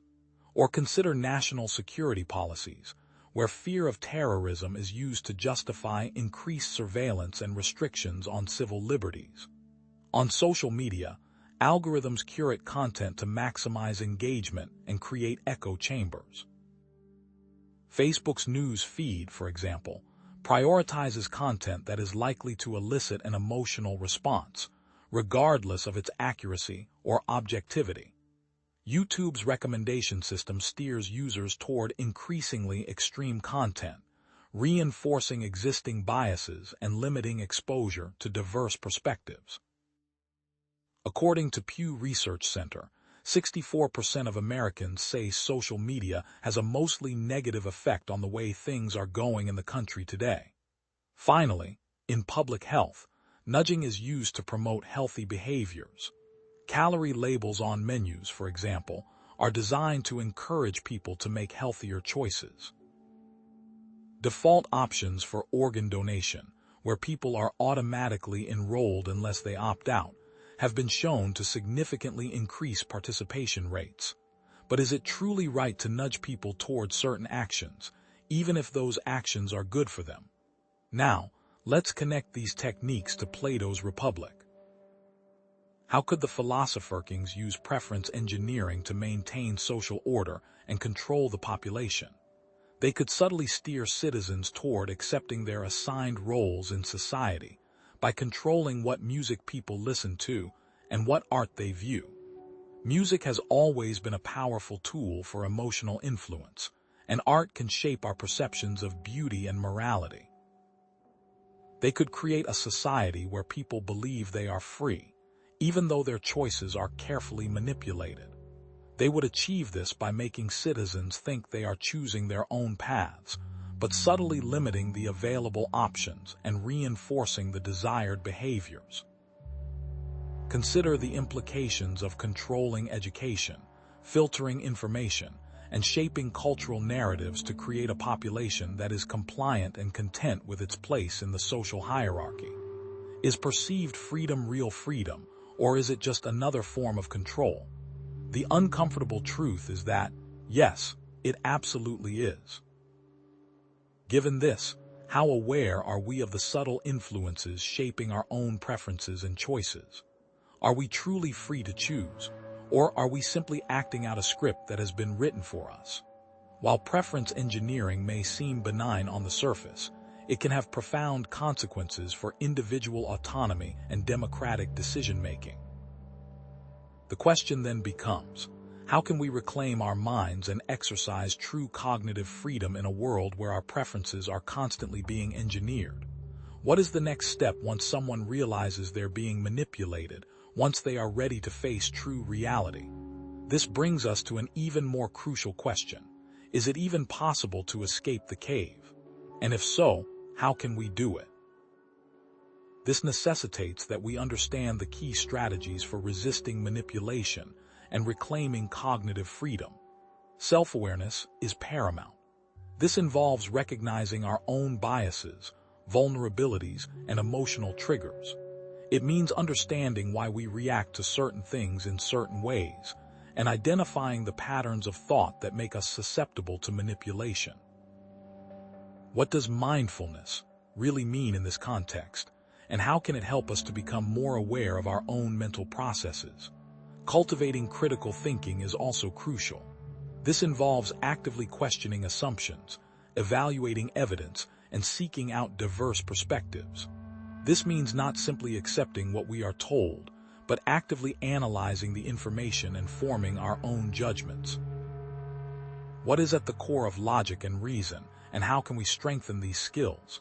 Media literacy is also essential. This involves understanding how media messages are constructed and how they can be used to manipulate emotions and beliefs. Can media ever be truly objective, or is it always shaped by the perspectives and agendas of those who create it? Deliberate exposure to diverse perspectives is another key strategy. This involves actively seeking out viewpoints that challenge our own and engaging in respectful dialogue with those who hold different beliefs. How can we overcome the urge to stick to our own echo chambers and embrace the discomfort of encountering opposing viewpoints? Mindfulness and meditation can also be powerful tools. This involves cultivating awareness of our thoughts and emotions, allowing us to observe them without judgment and resist impulsive reactions. What are the real benefits of mindfulness, and how can we incorporate it into our daily lives? In short, we must build a cognitive firewall against manipulation. To illustrate, let's consider how these strategies have been used to resist manipulation and promote critical thinking. In education, the development of critical thinking skills is essential for empowering individuals to resist propaganda and make informed decisions. Courses in logic, rhetoric, and media literacy can provide people with the tools they need to analyze information and identify manipulative tactics. In activism, we see countless examples of individuals and groups who have successfully challenged manipulative marketing campaigns or political narratives. Consumer advocacy groups, for example, have exposed deceptive advertising practices and fought for greater transparency in the marketplace. Fact-checking organizations have debunked false claims and held politicians accountable for their statements. Furthermore, cognitive behavioral therapy, CBT, can help individuals identify and challenge their own biases and thought patterns, providing them with the tools they need to overcome negative thinking and make more rational decisions. Specific mindfulness techniques, such as mindful breathing and body scan meditations, have been shown to improve cognitive function and reduce susceptibility to emotional manipulation. Now, let's connect these strategies back to Plato's Republic. How could citizens of the Republic use these strategies to break free from the cave and perceive true reality?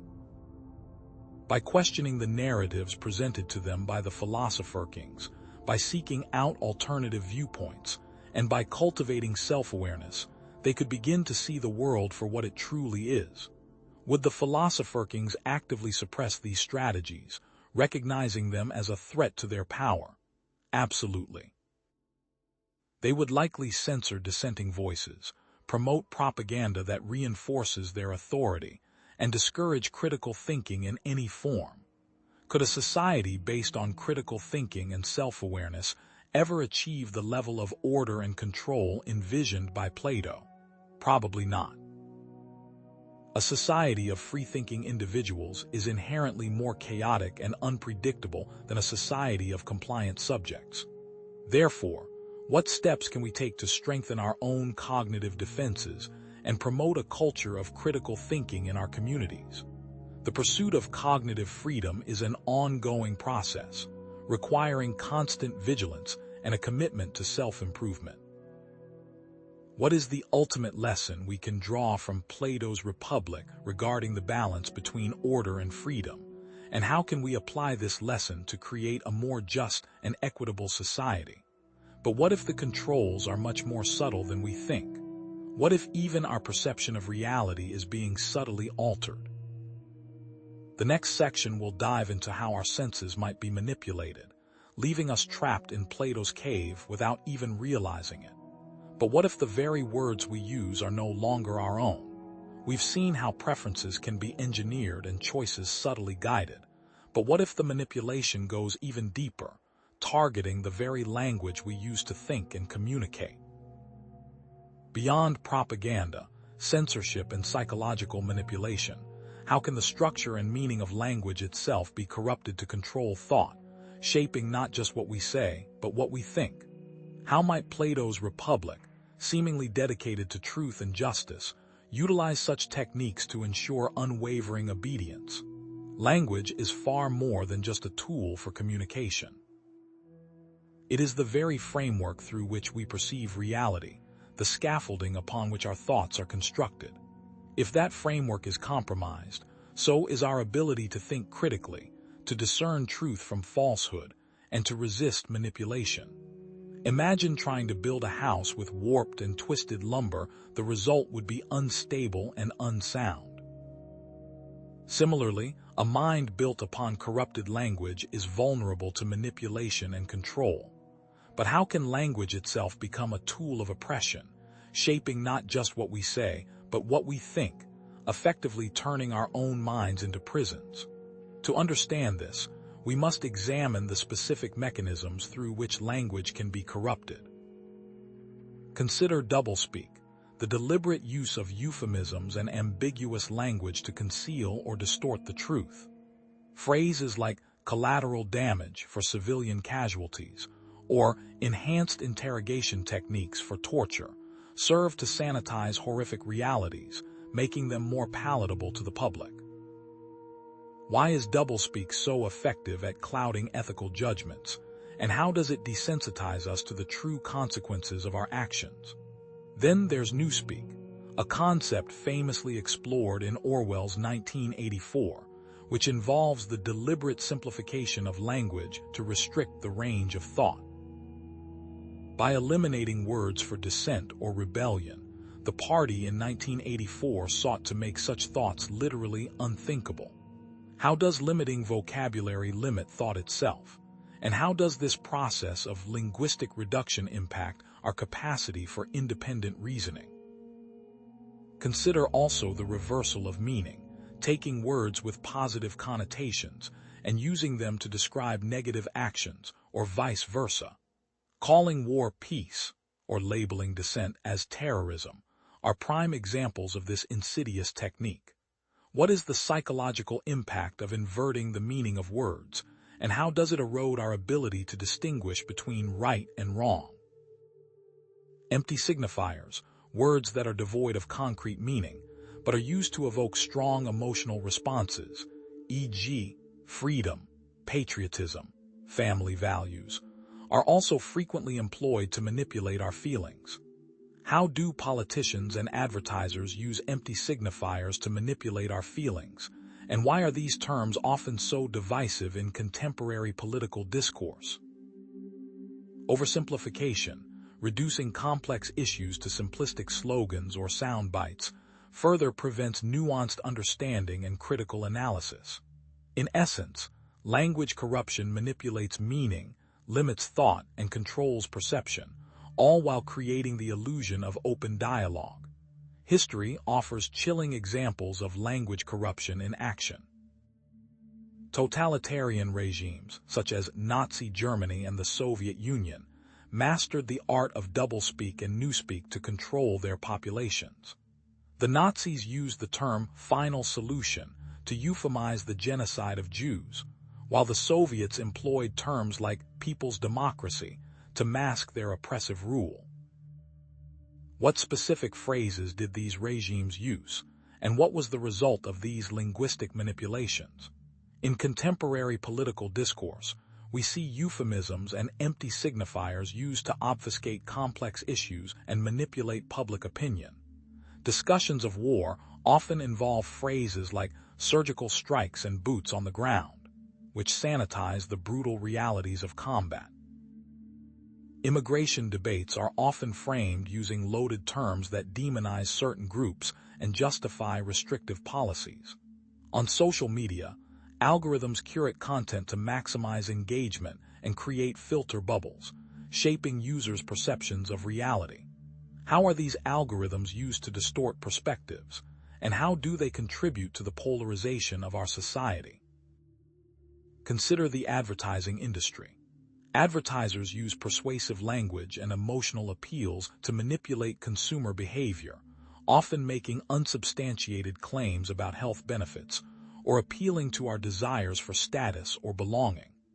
Claims like clinically proven or doctor recommended are often used to lend an air of scientific authority to products that have little or no proven benefits. The use of celebrity endorsements and aspirational imagery further manipulates our desires and insecurities. How are our desires being manipulated by the advertising industry, and how can we become more resistant to these persuasive tactics? Remember, 9 out of 10 dentists recommend. These tactics are not new. Now, let's connect language corruption to Plato's Republic. How could the philosopher kings use language to control the thoughts and beliefs of the citizens? They could carefully curate the language used in education, ensuring that citizens are only exposed to ideas and concepts that reinforce the existing social order. What specific words would be restricted or redefined, and how would this impact the citizens' ability to think critically?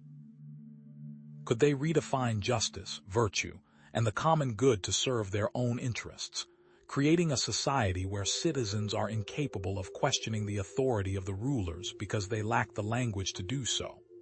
Imagine a society where the word freedom is redefined to mean obedience to the state, or where the word justice is redefined to mean whatever benefits the ruling class.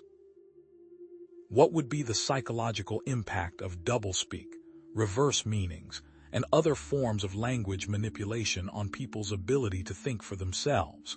And how would this ultimately undermine their autonomy and agency?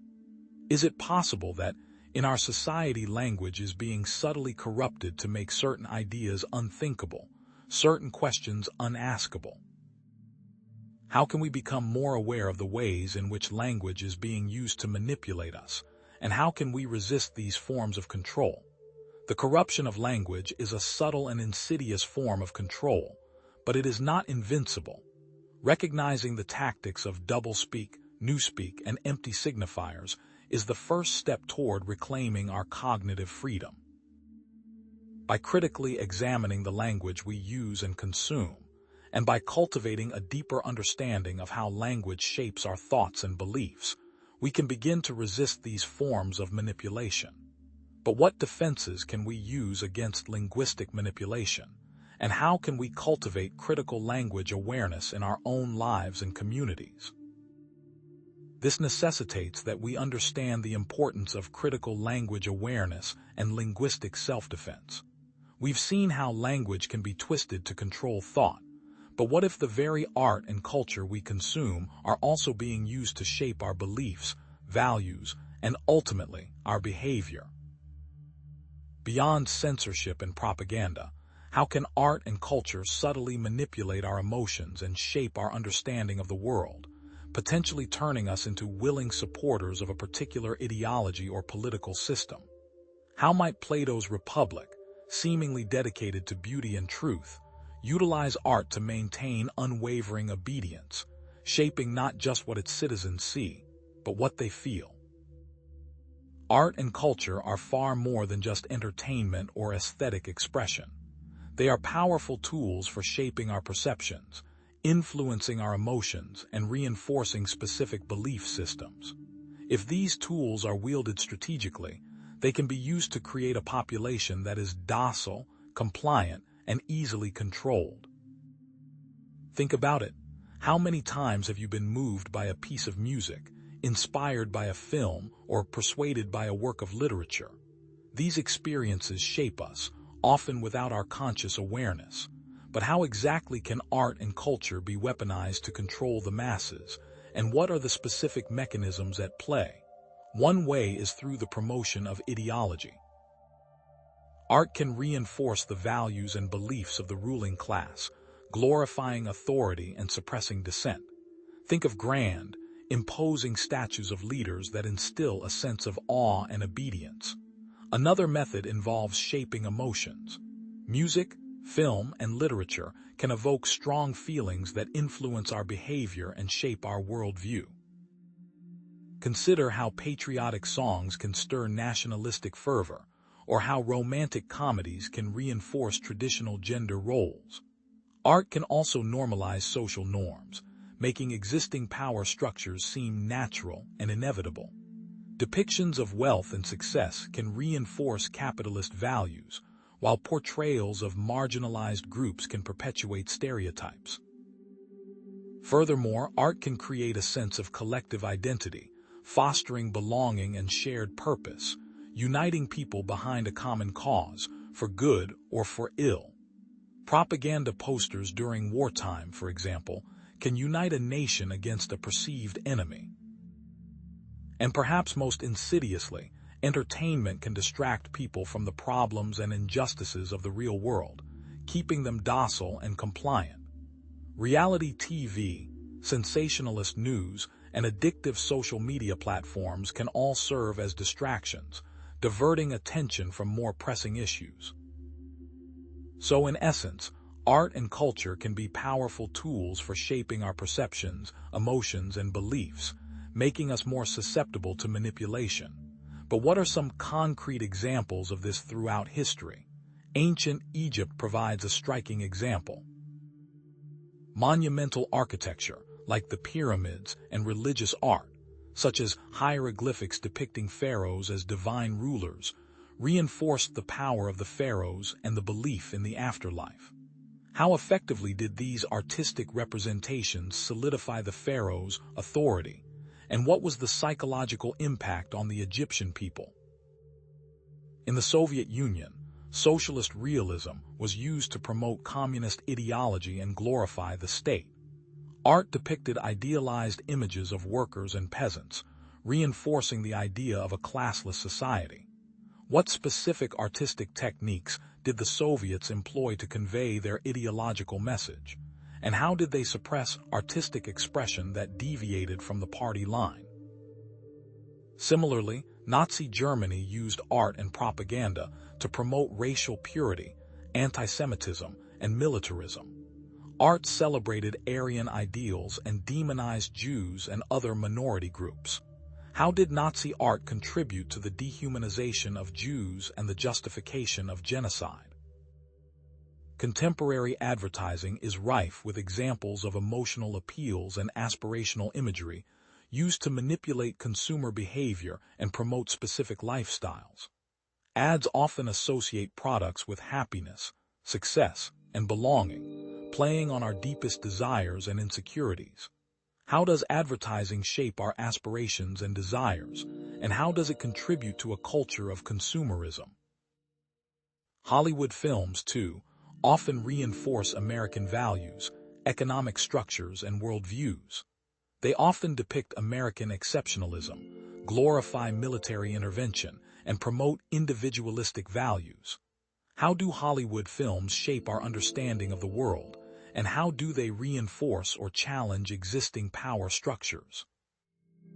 Consider the film Top Gun and its impact on military recruitment, or the romanticization of wealth and success in films like The Wolf of Wall Street. Let's bring this back to Plato's Republic. How would the philosopher kings control art and culture in their ideal state? What elements would be promoted and what would be restricted? What types of music, poetry, and drama would be allowed, and what types would be banned? Would the philosopher kings censor art that challenged their authority or promoted dissenting viewpoints?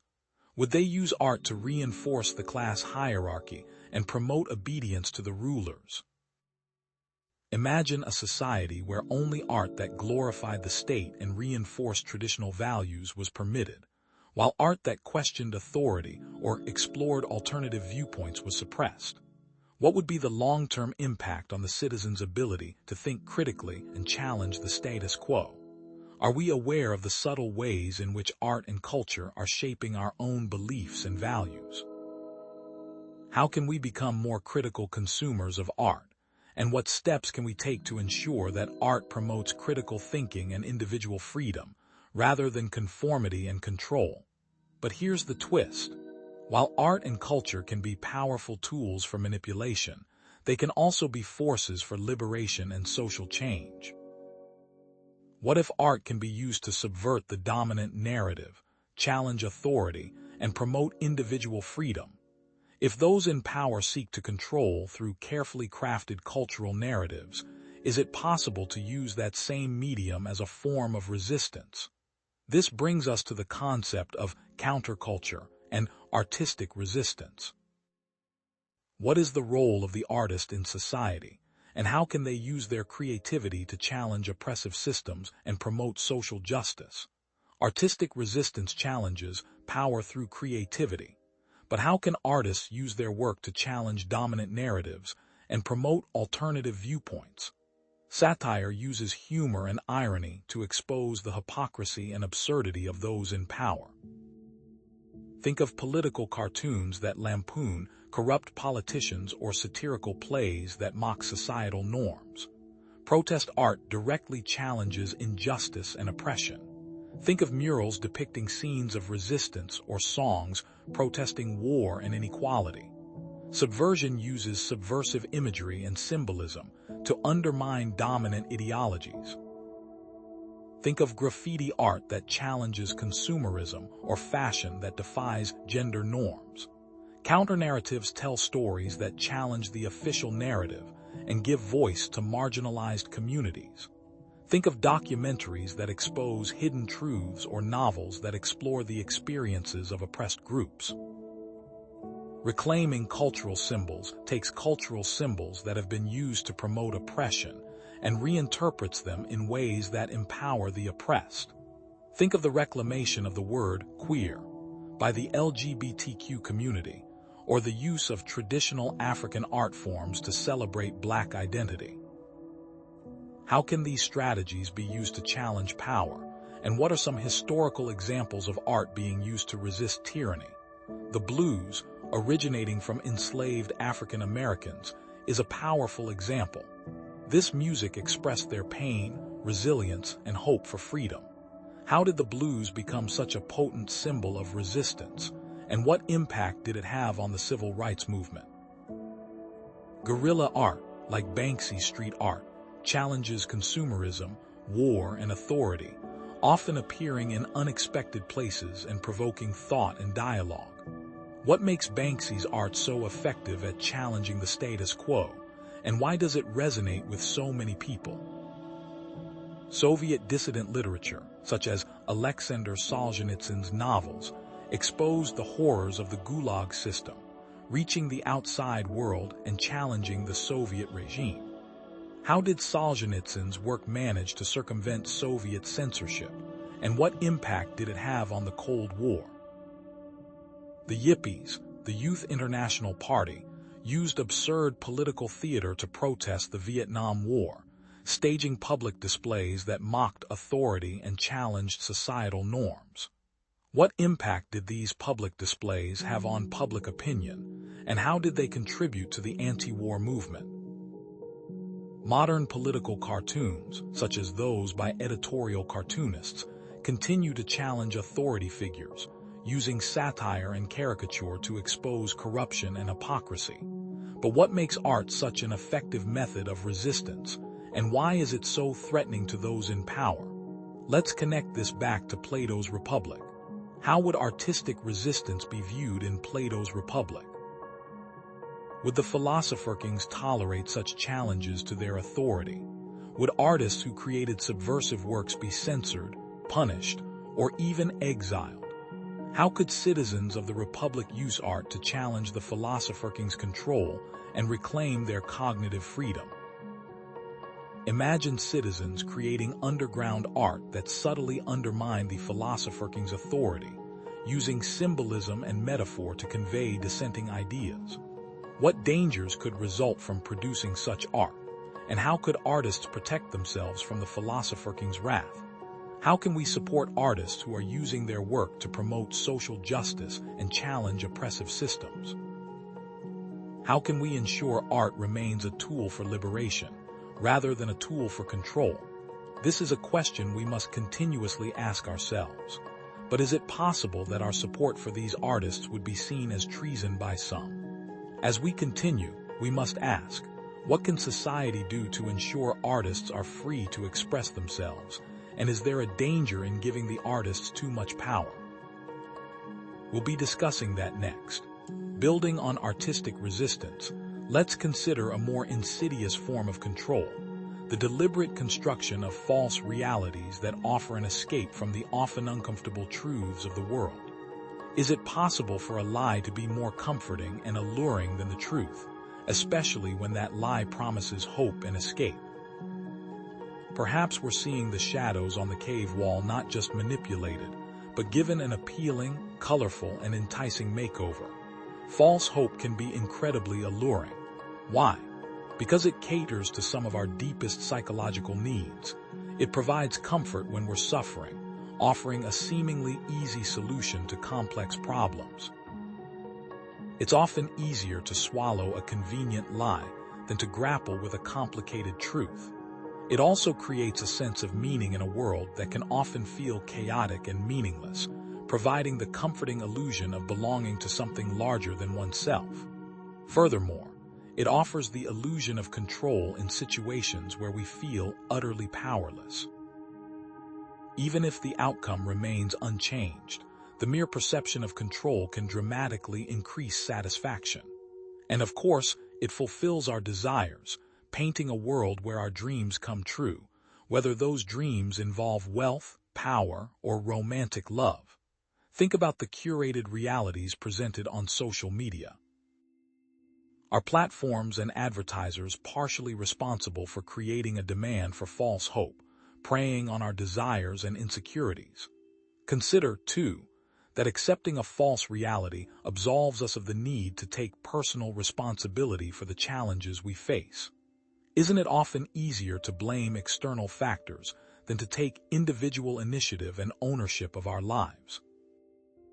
In short, false hope is alluring because it fulfills fundamental psychological needs for comfort, meaning, control, and escape. It's a seductive siren song that promises to whisk us away from the harsh realities of existence. But what price do we pay for this fleeting solace? History and contemporary society are replete with examples of how false hope is used to manipulate people. Religious cults offer perhaps the most extreme examples. Cult leaders often create elaborate belief systems that offer followers a sense of belonging, purpose, and salvation. But at what cost? Often, it's at the cost of their freedom, their autonomy, and their critical thinking abilities. They employ tactics like love bombing, showering new recruits with affection and attention to create a powerful sense of belonging and dependence. How effective is love bombing, and what makes it such a potent tool of manipulation? Political movements, too, often rely on the allure of false hope. Charismatic leaders use soaring rhetoric and utopian promises to rally support for their agendas. But are those promises realistic, or even ethical? What are the commonalities between cult leaders and unscrupulous political figures? They both exploit our desires for a better world, often by promising simplistic solutions to complex problems. Multi-level marketing schemes, or MLMs, offer another example of false hope in action, promising financial independence and entrepreneurial success. Yet, statistics reveal that the vast majority of participants actually lose money. How can these schemes continue to thrive despite the overwhelming evidence of their failures? Conspiracy theories also provide a sense of understanding and control in a world that often feels chaotic and unpredictable. By offering a simplified explanation for complex events, they can create a sense of certainty and purpose. Consider the QAnon conspiracy theory, which falsely claims that prominent Democrats are involved in a global child sex trafficking ring, and that Donald Trump is secretly fighting to save the world. What are the consequences of believing in such theories, and how do they undermine trust in legitimate institutions? I knew a woman once, a vibrant artist named Sarah, who poured her heart and soul into her paintings. She dreamt of showcasing her art in a prestigious gallery. An art dealer, with smooth words and promises of fame and fortune, convinced her to sign a contract that seemed too good to be true. He promised to promote her work, but instead, he exploited her talent, selling her paintings for exorbitant prices while giving her only a tiny fraction of the profits. Sarah, blinded by the false hope of recognition, lost not only her money but also her passion for art. She became disillusioned and bitter, her dreams shattered by a manipulator who preyed on her deepest desires. That level of heartbreak could cause someone to lose themselves. Bringing this back to Plato's Republic, imagine how the philosopher kings could use false hope to maintain control. Could they create elaborate myths and legends that offer citizens a comforting vision of the world and their place in it? Could they manipulate the education system to instill a sense of loyalty and obedience to the rulers?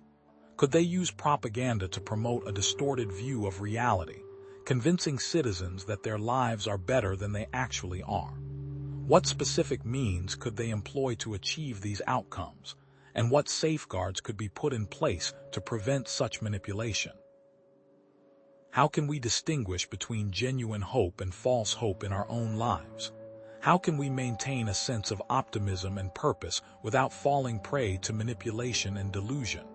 We must cultivate critical thinking skills, question authority, and demand evidence. Recognizing the allure of false hope is not easy. It requires a willingness to confront uncomfortable truths and a commitment to intellectual honesty.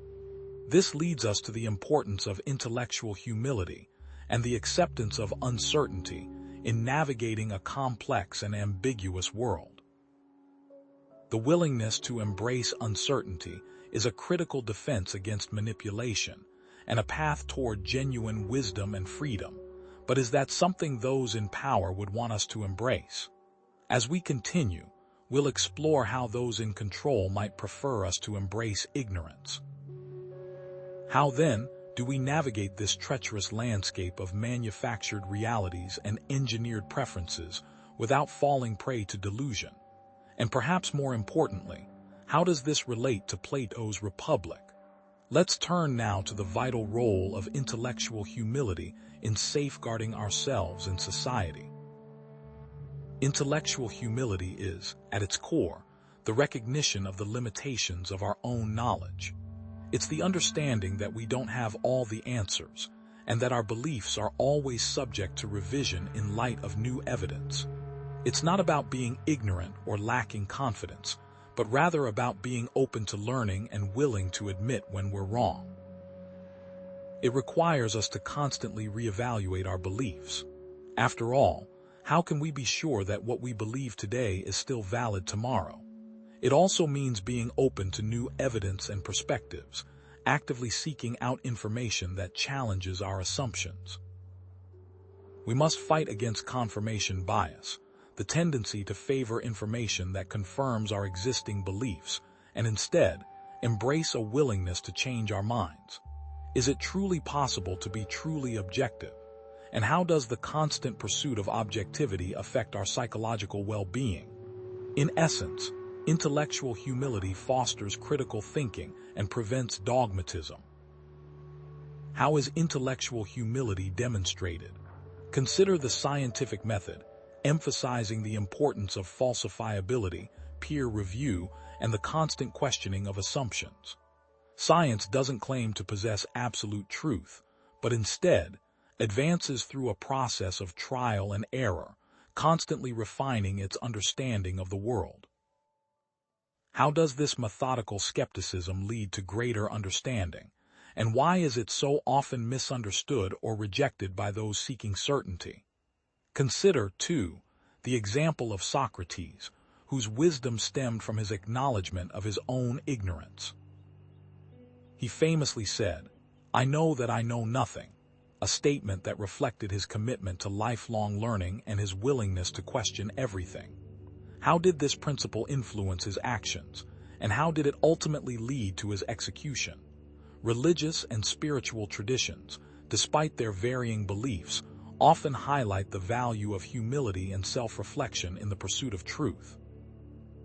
Many emphasize the importance of recognizing our own limitations and surrendering to a higher power or a greater understanding.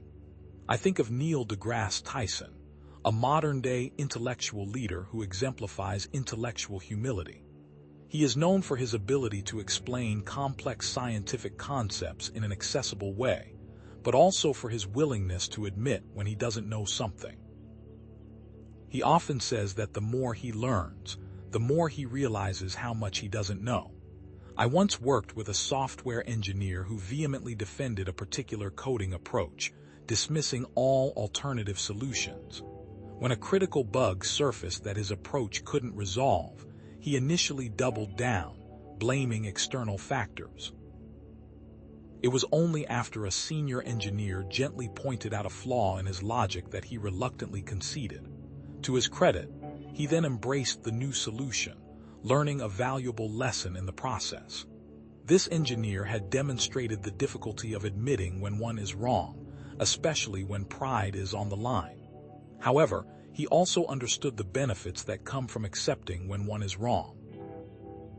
How does intellectual humility apply to Plato's Republic? Would the philosopher-kings embrace intellectual humility, or would their supposed wisdom lead them to believe that they already possessed all the necessary knowledge? If they were intellectually humble, how would that change the nature of their rule? Could intellectual humility prevent the abuse of power and the suppression of dissent? If the philosopher-kings were open to questioning their own assumptions and considering alternative perspectives, they might be less likely to impose their vision on society without regard for the rights and freedoms of others. How could citizens of the Republic use intellectual humility to resist manipulation and pursue genuine knowledge? By questioning the official narratives and seeking out alternative sources of information, they could challenge the control of the rulers and strive for a more accurate understanding of the world. Would a society based on intellectual humility be more or less stable than the Republic? Perhaps it would be less efficient and less orderly, but it would also be more resilient and more just. How can we cultivate intellectual humility in our own lives and promote it in our communities? What are concrete actions that people can take? We can start by questioning our own assumptions, seeking out diverse perspectives, and being willing to admit when we're wrong. We can also support educational institutions and media outlets that promote critical thinking and intellectual honesty. We can encourage open dialogue and debate, even when it's uncomfortable or challenging. It's a constant and active process. However, intellectual humility is not a passive acceptance of ignorance, but an active pursuit of knowledge with a critical and open mind. How do we balance humility with the need for conviction? This brings us to the next critical virtue, moral courage, the willingness to act on one's beliefs, even in the face of opposition or ridicule. Intellectual humility is not enough. It must be coupled with the willingness to act on one's beliefs. How can moral courage empower individuals to challenge injustice and defend individual freedom, even when it means standing alone against the crowd? And how would this apply to the population in Plato's Republic? Moral courage is, at its essence, acting on one's values and principles, even when it is difficult or unpopular. It's about challenging authority and speaking truth to power, even when it puts oneself at risk. It means defending the rights and freedoms of others, even when it's easier to stay silent. It involves resisting social pressure and conforming to groupthink, and being willing to accept the consequences of one's actions. Summary: moral courage is acting ethically despite personal risk. What are examples of times when people didn't do this, and what were the consequences? What are the psychological implications of challenging authority, and how can we overcome our fear of disapproval? Is it selfish to prioritize one's safety, or is it a necessary act of self-preservation? And are all causes worth fighting for, or should we carefully choose our battles? What are some historical examples of people acting with moral courage? Consider the civil rights movement, where Rosa Parks refused to give up her seat on the bus, sparking a movement that challenged racial segregation. She knew she risked arrest and social ostracism, yet she acted on her conviction that segregation was unjust. What did she have to lose, and what did she ultimately gain? What drove her to such an action?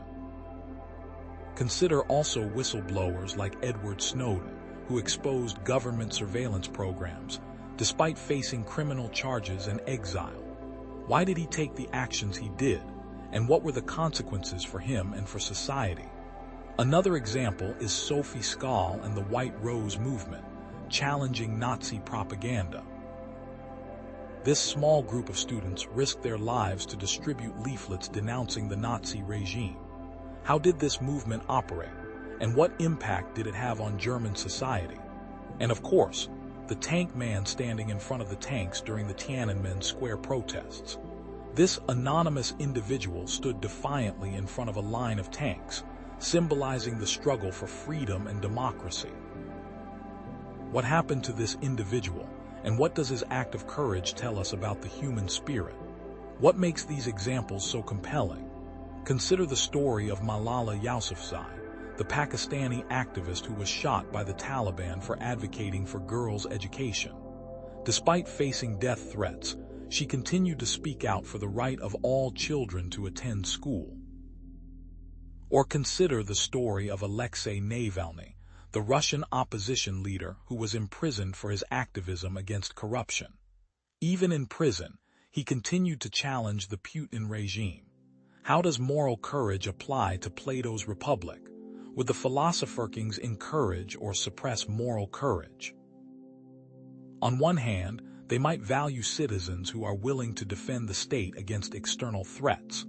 On the other hand, they might see moral courage as a threat to their authority, as it could lead citizens to question their decisions and challenge the social order.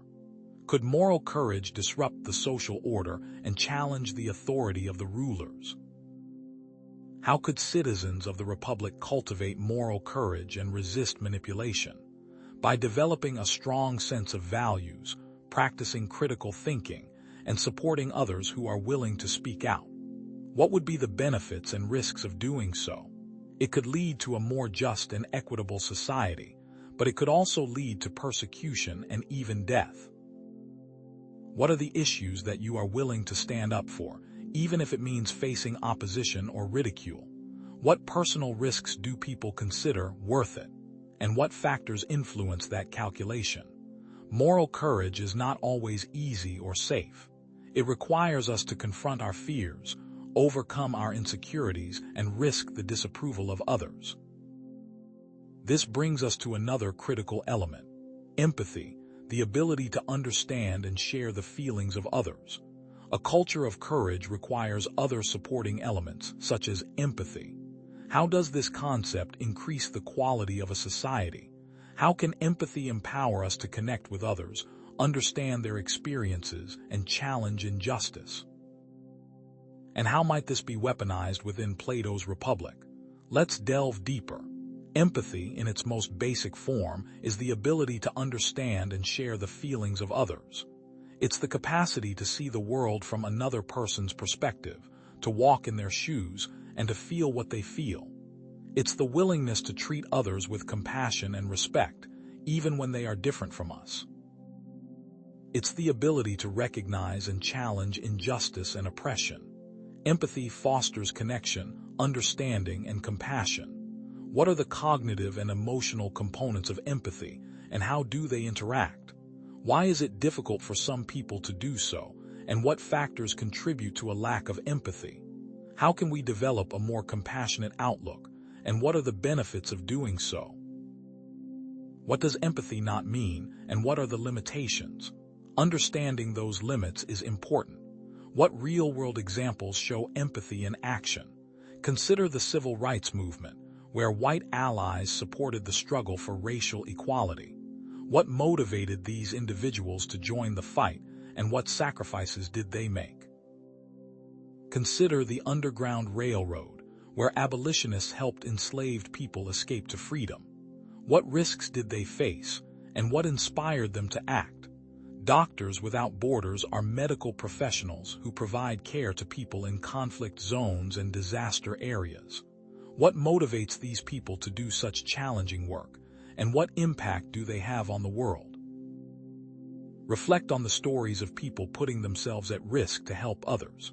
Think about Irina Sendler, a Polish nurse who rescued over 2,500 Jewish children from the Warsaw Ghetto during World War II.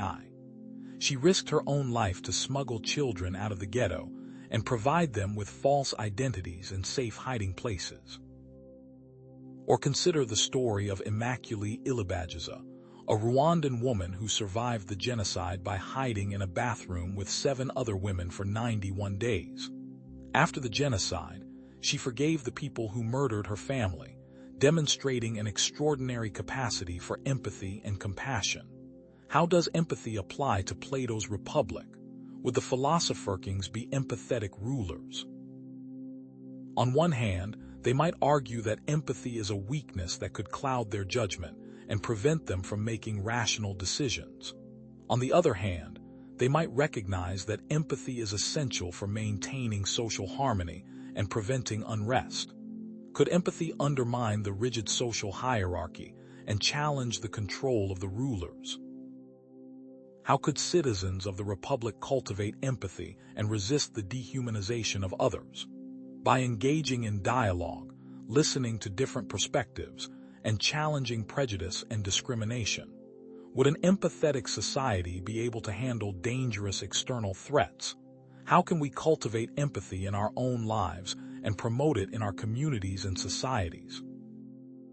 We can start by listening to others, trying to understand their perspectives, and challenging our own biases.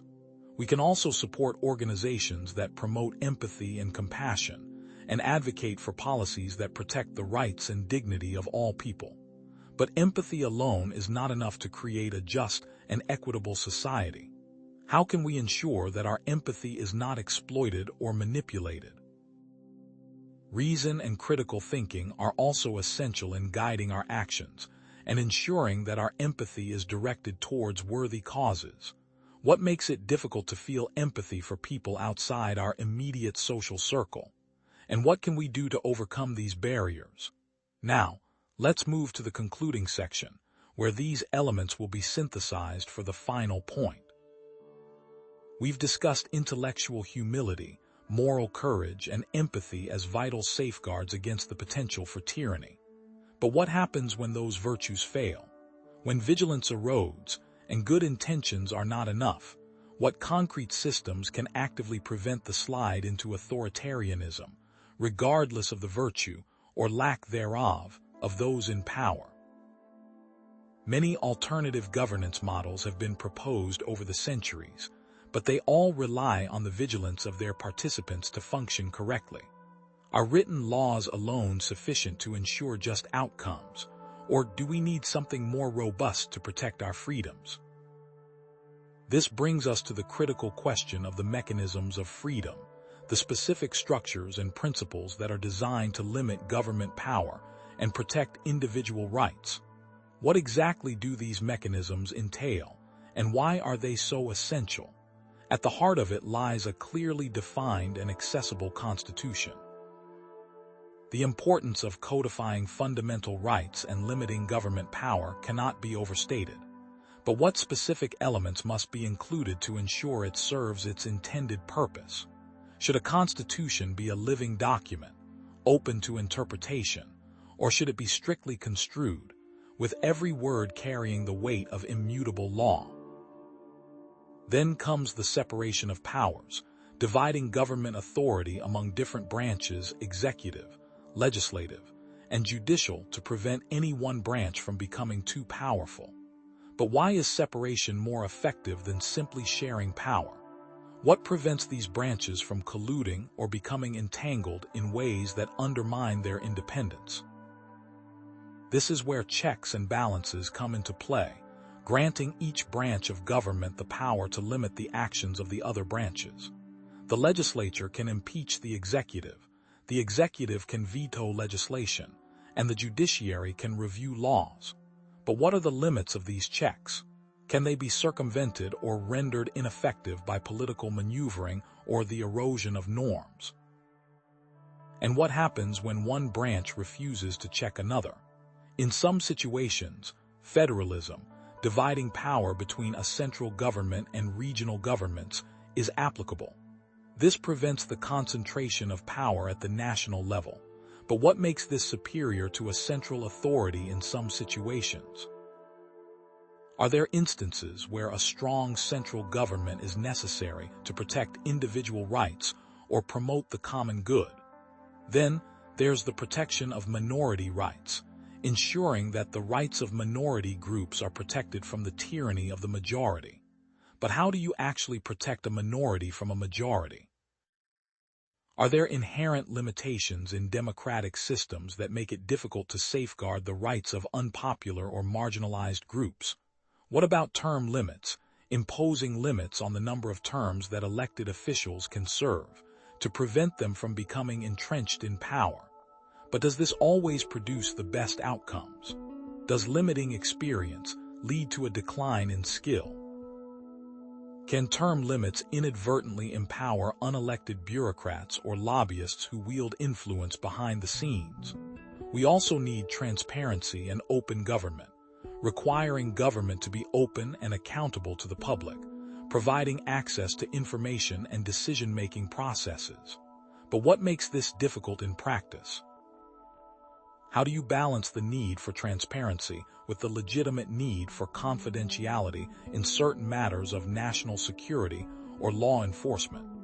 Let's consider some examples of how these mechanisms have protected freedom in different societies. The United States Constitution, with its Bill of Rights, is a prime example. How has it protected individual liberties over the centuries? The Bill of Rights guarantees fundamental rights such as freedom of speech, religion, and the press. But consider Miranda v. Arizona, where the Supreme Court ruled that criminal suspects must be informed of their constitutional rights before being interrogated. This protected individuals from self-incrimination and ensured that they had access to legal counsel. But there's a catch. Can rights guaranteed on paper be taken away in practice? The Magna Carta, a historical document from 1215, limited the power of the English monarchy and established the rule of law. It was originally intended to protect the rights of the nobility, but it has since become a symbol of individual freedom and limited government. But how effective was the Magna Carta in practice? Was it truly a check on royal power, or was it merely a concession granted by a king who was facing rebellion? What about the Swiss Confederation, with its system of direct democracy and federalism? How does this prevent a consolidation of power? The Swiss system allows citizens to directly participate in decision-making through referendums and initiatives. But does this always lead to better outcomes? What are the limits of direct democracy? These mechanisms are not without their challenges. The erosion of constitutional norms is a constant threat. How can political polarization and disregard for the rule of law undermine constitutional protections? When political opponents are seen as enemies and compromise is viewed as weakness, the very foundations of constitutional government can be eroded. But is there such a thing as too much adherence to laws? Can rigid adherence to legal procedures sometimes lead to unjust outcomes, particularly when dealing with novel situations or unforeseen circumstances? Executive overreach is another concern. How can presidents or prime ministers abuse their power and circumvent checks and balances? Can a president, for example, use executive orders to bypass Congress or expand the scope of executive authority beyond what is constitutionally permitted? Consider the example of the Trump administration's use of national emergency declarations to justify building a wall on the U.S. Mexico border, an action that was challenged in the courts as an overreach of executive power. Then there's judicial activism. How can courts overstep their authority and make decisions that are not grounded in the law? Can judges, for example, impose their own policy preferences on society by interpreting the Constitution in ways that are inconsistent with its original meaning? Think about cases involving abortion rights or same-sex marriage. Next is the tyranny of the majority. How can democratic processes be used to oppress minority groups? Can a majority, for example, pass laws that discriminate against racial, ethnic, or religious minorities? This was seen throughout history during the Jim Crow era. Why is a purely democratic system not always the best? Then there's corruption and influence. How can money and special interests corrupt the political process and undermine the integrity of government? Can wealthy individuals or corporations, for example, use campaign contributions or lobbying to influence legislation in their favor? What makes this so difficult to prevent? Technological disruption presents another challenge. How can new technologies challenge existing legal and constitutional frameworks? Consider surveillance, data privacy, and freedom of speech online. What are the emerging technological threats to liberty? As technology advances, our notions of privacy, expression, and assembly will need to be reevaluated. Are there any perfect structure, or are there always cracks in the system? The truth, as disturbing as it may be, is that these mechanisms are not foolproof and can be manipulated or undermined. But the question is, can they be? What happens next, and does the responsibility for protecting liberty fall to the individual or the government, or both? In the next section, we'll explore the cultural underpinnings of freedom and the role of individual responsibility in maintaining these structures. We've explored the tangible mechanisms designed to safeguard freedom, but are these structures truly self-sustaining? Can constitutions, checks and balances, and legal protections alone guarantee liberty in the long run? Or are they merely frameworks awaiting the animating force of a freedom-loving populace? What kind of cultural ecosystem is necessary to prevent a slide toward tyranny? And how does this relate to individual actions, the choices we make, and the values we uphold every single day? Because while mechanisms are important, they will not work in the long run without the proper cultural framework. This brings us to the crucial question of the mindset that enables systems to flourish, the intangible yet all-powerful foundation upon which any free society must be built. Let's consider the elements of a culture of freedom, the core principles and values that are essential for maintaining a free society. First and foremost is a deep and unwavering commitment to individual rights. What does this truly mean in practical terms, and how does it translate to concrete actions? It means recognizing that each individual possesses inherent rights that cannot be infringed upon by the state or by other individuals. This includes the right to freedom of speech, freedom of religion, freedom of assembly, and the right to due process under the law. What rights are the most important to protect? While all rights are important, Freedom of speech is arguably the cornerstone of a free society, for without it, it becomes impossible to challenge authority, expose corruption, or advocate for change. But the protection of individual rights is not enough. A culture of freedom also requires a high degree of tolerance for dissent. Why does diversity of thought strengthen society, and what are the potential pitfalls of echo chambers? A society that embraces dissent is one that welcomes diverse perspectives and encourages open debate. It recognizes that no one has a monopoly on truth, and that the best way to arrive at sound decisions is to consider all points of view. This means protecting even offensive viewpoints, for it is often the most unpopular ideas that challenge the status quo and lead to progress. But how far should this tolerance extend? Should we tolerate hate speech, or speech that incites violence? This is a complex question with no easy answers, but it is one that we must grapple with if we are to maintain a truly free society. The alternative is an echo chamber, where people are only exposed to information that confirms their existing beliefs, reinforcing biases and creating division. And it doesn't end there. Another critical element of a culture of freedom is the embrace of critical thinking. Why is it necessary to prioritize logic and reason over emotions and feelings? And what is the value of evidence-based decision-making? Critical thinking involves the ability to analyze information objectively, identify biases, and draw reasoned conclusions. It means questioning assumptions, challenging authority, and being willing to change one's mind in the face of new evidence. This is essential for a free society because it empowers individuals to make informed decisions about their lives and to hold their leaders accountable. But critical thinking is not always easy. It requires effort, discipline, and a willingness to confront uncomfortable truths. And in a world of information overload and pervasive misinformation, it is more important than ever. Finally, a culture of freedom requires ethical leadership.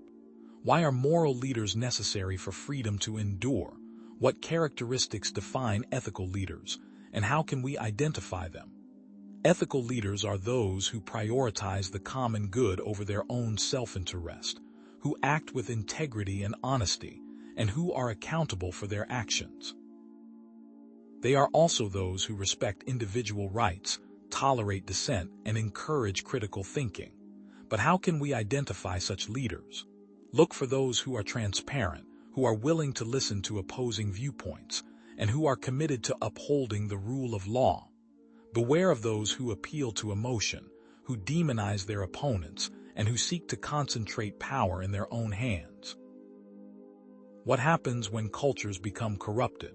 What are the consequences of abandoning these principles? History offers countless examples where the loss of these key elements led to oppression. Consider pre-WWII Germany and its gradual loss of free expression. The Nazi regime systematically suppressed dissent, banned books, and persecuted those who dared to challenge its authority. This created an environment of fear and conformity, which allowed the Nazis to consolidate power and commit unspeakable atrocities. Or consider the French Revolution, where the initial goal of freedom and equality devolved into the reign of terror. The revolutionaries, in their zeal to create a new society, suppressed dissent, executed their enemies, and ultimately established a tyrannical regime of their own. What steps did each society take that lead to disaster? In both cases, the erosion of individual rights, the suppression of dissent, the abandonment of critical thinking, and the rise of unethical leaders paved the way for oppression. What about illustrative anecdotes that reflect the concepts outlined in the concept development section? Take the story of Socrates, who was condemned to death for challenging the conventional wisdom of Athenian society. Socrates, though loyal to his city, questioned its leaders, challenged its traditions, and encouraged its citizens to think for themselves. For this, he was accused of corrupting the youth and undermining the authority of the state. Socrates chose to drink poison rather than renounce his beliefs, becoming a martyr for freedom of thought.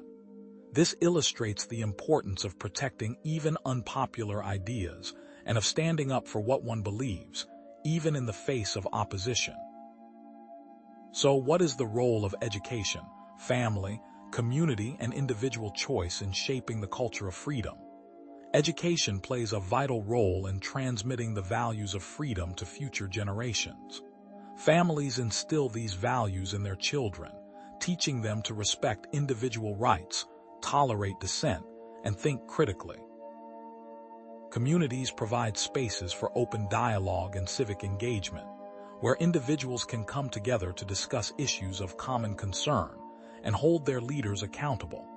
An individual choice allows individuals to express their values through their actions, whether it is by speaking out against injustice, supporting free speech, or promoting media literacy in their communities. What practical steps can individuals take to promote a culture of freedom in their own lives right now? Engage in civil discourse, support free speech, and promote media literacy in your communities. What can a single person do to influence society more than you think?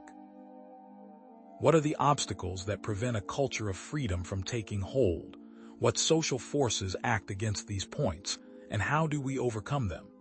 Political polarization, social media echo chambers, and declining trust in institutions all pose significant challenges. Political polarization makes it difficult to find common ground and to engage in constructive dialogue. Social media echo chambers reinforce biases and create division, and declining trust in institutions makes it harder to hold leaders accountable and to address pressing social problems. How can we overcome these obstacles? By promoting critical thinking, encouraging empathy, and building bridges across divides. How can we create a culture where individual responsibility and ethical leadership are valued and rewarded? And can such values even be taught, or are they intrinsic? While the precise answer may be elusive, the question must remain top of mind. For it is a truth universally acknowledged that a society can fall into tyranny unless the population values and actively defends the culture of freedom. But it would be foolish to believe that personal responsibility alone is enough. We've talked mechanisms and culture, but if there isn't direct action, what is the point? This leads us to the final section of the body, where we will tie everything together by showing what must be done in the specific context mentioned so far. Get ready, we're not quite at the finish line, but soon all the pieces will be in place. Building upon our exploration of the cultural frameworks necessary for freedom, we now confront a darker reality: censorship. How does the seemingly benevolent desire for social order morph into the insidious suppression of truth? Censorship is a key tool for social control, particularly in shaping the public perception of reality and suppressing dissent. Recall Plato's allegory of the cave, section 9. Where prisoners mistake shadows for reality, or the noble lie, section 6, used to justify deception. And consider how language itself can be corrupted, as we'll discuss in section 26, twisting words to serve the state's agenda. It all connects. The ability to control information is essential for maintaining power. But here's the core problem. How does censorship create an illusion of truth, where people are prevented from accessing alternative perspectives? And what does this process look like in Plato's Republic? Stay with me, because what they don't want you to know is crucial for understanding the very nature of control. Censorship takes many forms, each designed to constrict the flow of information and mold public opinion. We're not just talking about outright bans, but a whole spectrum of subtle and overt manipulations. Consider first the suppression of dissenting voices. What circumstances lead to the decision to silence individuals or groups who challenge the official narrative or criticize the ruling authorities? Is it fear of social unrest? Is it a genuine belief that certain ideas are harmful? Or is it simply a desire to maintain power at all costs? Then, there's the banning of books and other forms of media. What kind of content is most often targeted? Is it political treatises that question the legitimacy of the state? Is it artistic expressions that challenge social norms? Or is it simply anything that deviates from the prescribed ideology? Control over education and information is another key element. What areas of study are typically restricted? History, philosophy, critical thinking itself. What happens when the curriculum is curated to promote a specific worldview, restricting access to knowledge that contradicts the state's ideology? We can't forget about rewriting history. What are some examples of historical revisionism? How are historical accounts manipulated to legitimize the ruling power and discredit opposing viewpoints? Surveillance and intimidation also play a key role. How do these actions create an environment of fear? What happens when citizens' activities and speech are monitored to deter dissent and enforce conformity? And finally, there's the creation of alternative facts. How does constructing a false narrative to replace reality relate to Plato's noble lie? What happens when lies are repeated so often that they become accepted as truth? History is replete with examples of censorship used to maintain control, each offering a chilling glimpse into the consequences of suppressing information. Consider the Catholic Church's Index Librorum Prohibitorum. For centuries, the Church banned books deemed heretical or immoral, preventing the spread of alternative religious and philosophical ideas. What lasting impact did this have on intellectual freedom and scientific progress? How many potential discoveries were lost, and how many minds were stifled? Then there's the Soviet Union, a regime that perfected the art of propaganda and control. The Soviets suppressed dissident voices and controlled the flow of information through state-controlled media, silencing writers like Alexander Solzhenitsyn, whose works exposed the horrors of the Gulag system. What happened to artists like Dmitry Shostakovich, who had to carefully navigate the political landscape to avoid falling out of favor with the authorities? Nazi Germany provides another horrifying example. The Nazis burned books deemed un-German and censored art and music that did not conform to Nazi ideology.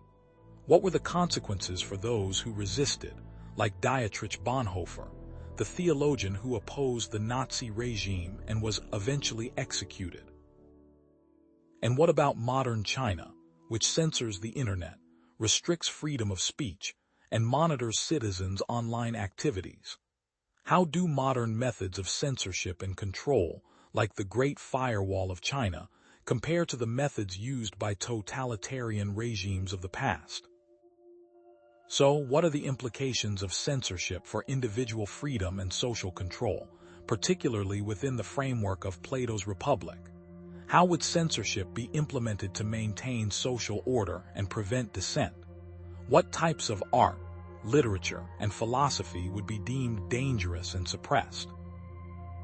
Perhaps poetry that celebrates individual expression, or philosophical treatises that question the authority of the philosopher kings. And how would the philosopher kings justify censorship as necessary for the stability and well-being of the state? Perhaps by referencing the noble lie, arguing that it is necessary to protect the citizens from harmful ideas. What psychological effects would censorship have on the citizens, creating a society where independent thought is discouraged and conformity is rewarded? Think about it. What happens when people are constantly told what to think and what to believe? What steps would be taken to ensure that no subversive ideas were able to enter society from the outside world? Would there be strict border controls? Would there be surveillance of travelers? And are there subtle forms of censorship in our own society, such as algorithmic filtering on social media or the suppression of dissenting voices in political discourse? But censorship is not always overt or easily recognizable. And here's where things become even more disturbing. We've been focusing on external forces, but what happens when the state doesn't need to force compliance because people do it themselves? So let's turn to the next, even more insidious mechanism of control, self-censorship, where individuals internalize the fear of reprisal and suppress their own thoughts and opinions. How can societies reach the point where populations censor themselves? That's what we'll explore next. As we reach the end of our exploration into Plato's Republic, it's time to reflect on the questions it raises about control, power, and the very nature of a just society. We have traveled through the theoretical framework of Plato's Republic, dissected its potential for abuse, and linked these concepts to modern society, from subtle manipulations in advertising to overt control by totalitarian regimes. So, what is the ultimate takeaway from our deep dive into Plato's Republic? While Plato's Republic is a foundational work, it contains disturbing elements that demand our critical examination. The pursuit of a perfect society can easily justify extreme measures, leading to the suppression of individual freedom in the name of a supposed greater good. Understanding these dangers empowers you to critically assess political systems, challenge narratives, and resist manipulation. Remember Plato's allegory of the cave, and how easily we can be misled by shadows and illusions, mistaking them for reality. And remember the discussion of the noble lie and the dangers of justifying deception in the name of the greater good. Consider the modern echoes of control we explored, from cults and totalitarian regimes to subtle manipulations in advertising and social media. The most profound lesson from Plato's Republic is that the pursuit of utopia, without a steadfast commitment to individual liberty, can quickly devolve into dystopia. The key is to strike a delicate balance between order and freedom, security and individual rights, collective well-being and personal autonomy. Eternal vigilance is not just a slogan, it is the price of liberty. This isn't just about Plato's Republic. It's about the enduring struggle between freedom and control, individual rights and state power. The implications of these ideas extend far beyond the realm of political theory, impacting our understanding of education, media, technology, and the very nature of human interaction. How can we ensure that education fosters critical thinking rather than blind obedience? How can we navigate the digital age without succumbing to algorithmic manipulation and echo chambers? How can we build a society that values both individual expression and collective responsibility? In a world of engineered preferences, algorithmic manipulation, and increasing social division, these lessons are more relevant than ever. You have the power to question authority, challenge narratives, and defend individual freedom. Embrace critical thinking, cultivate intellectual humility, and act with moral courage.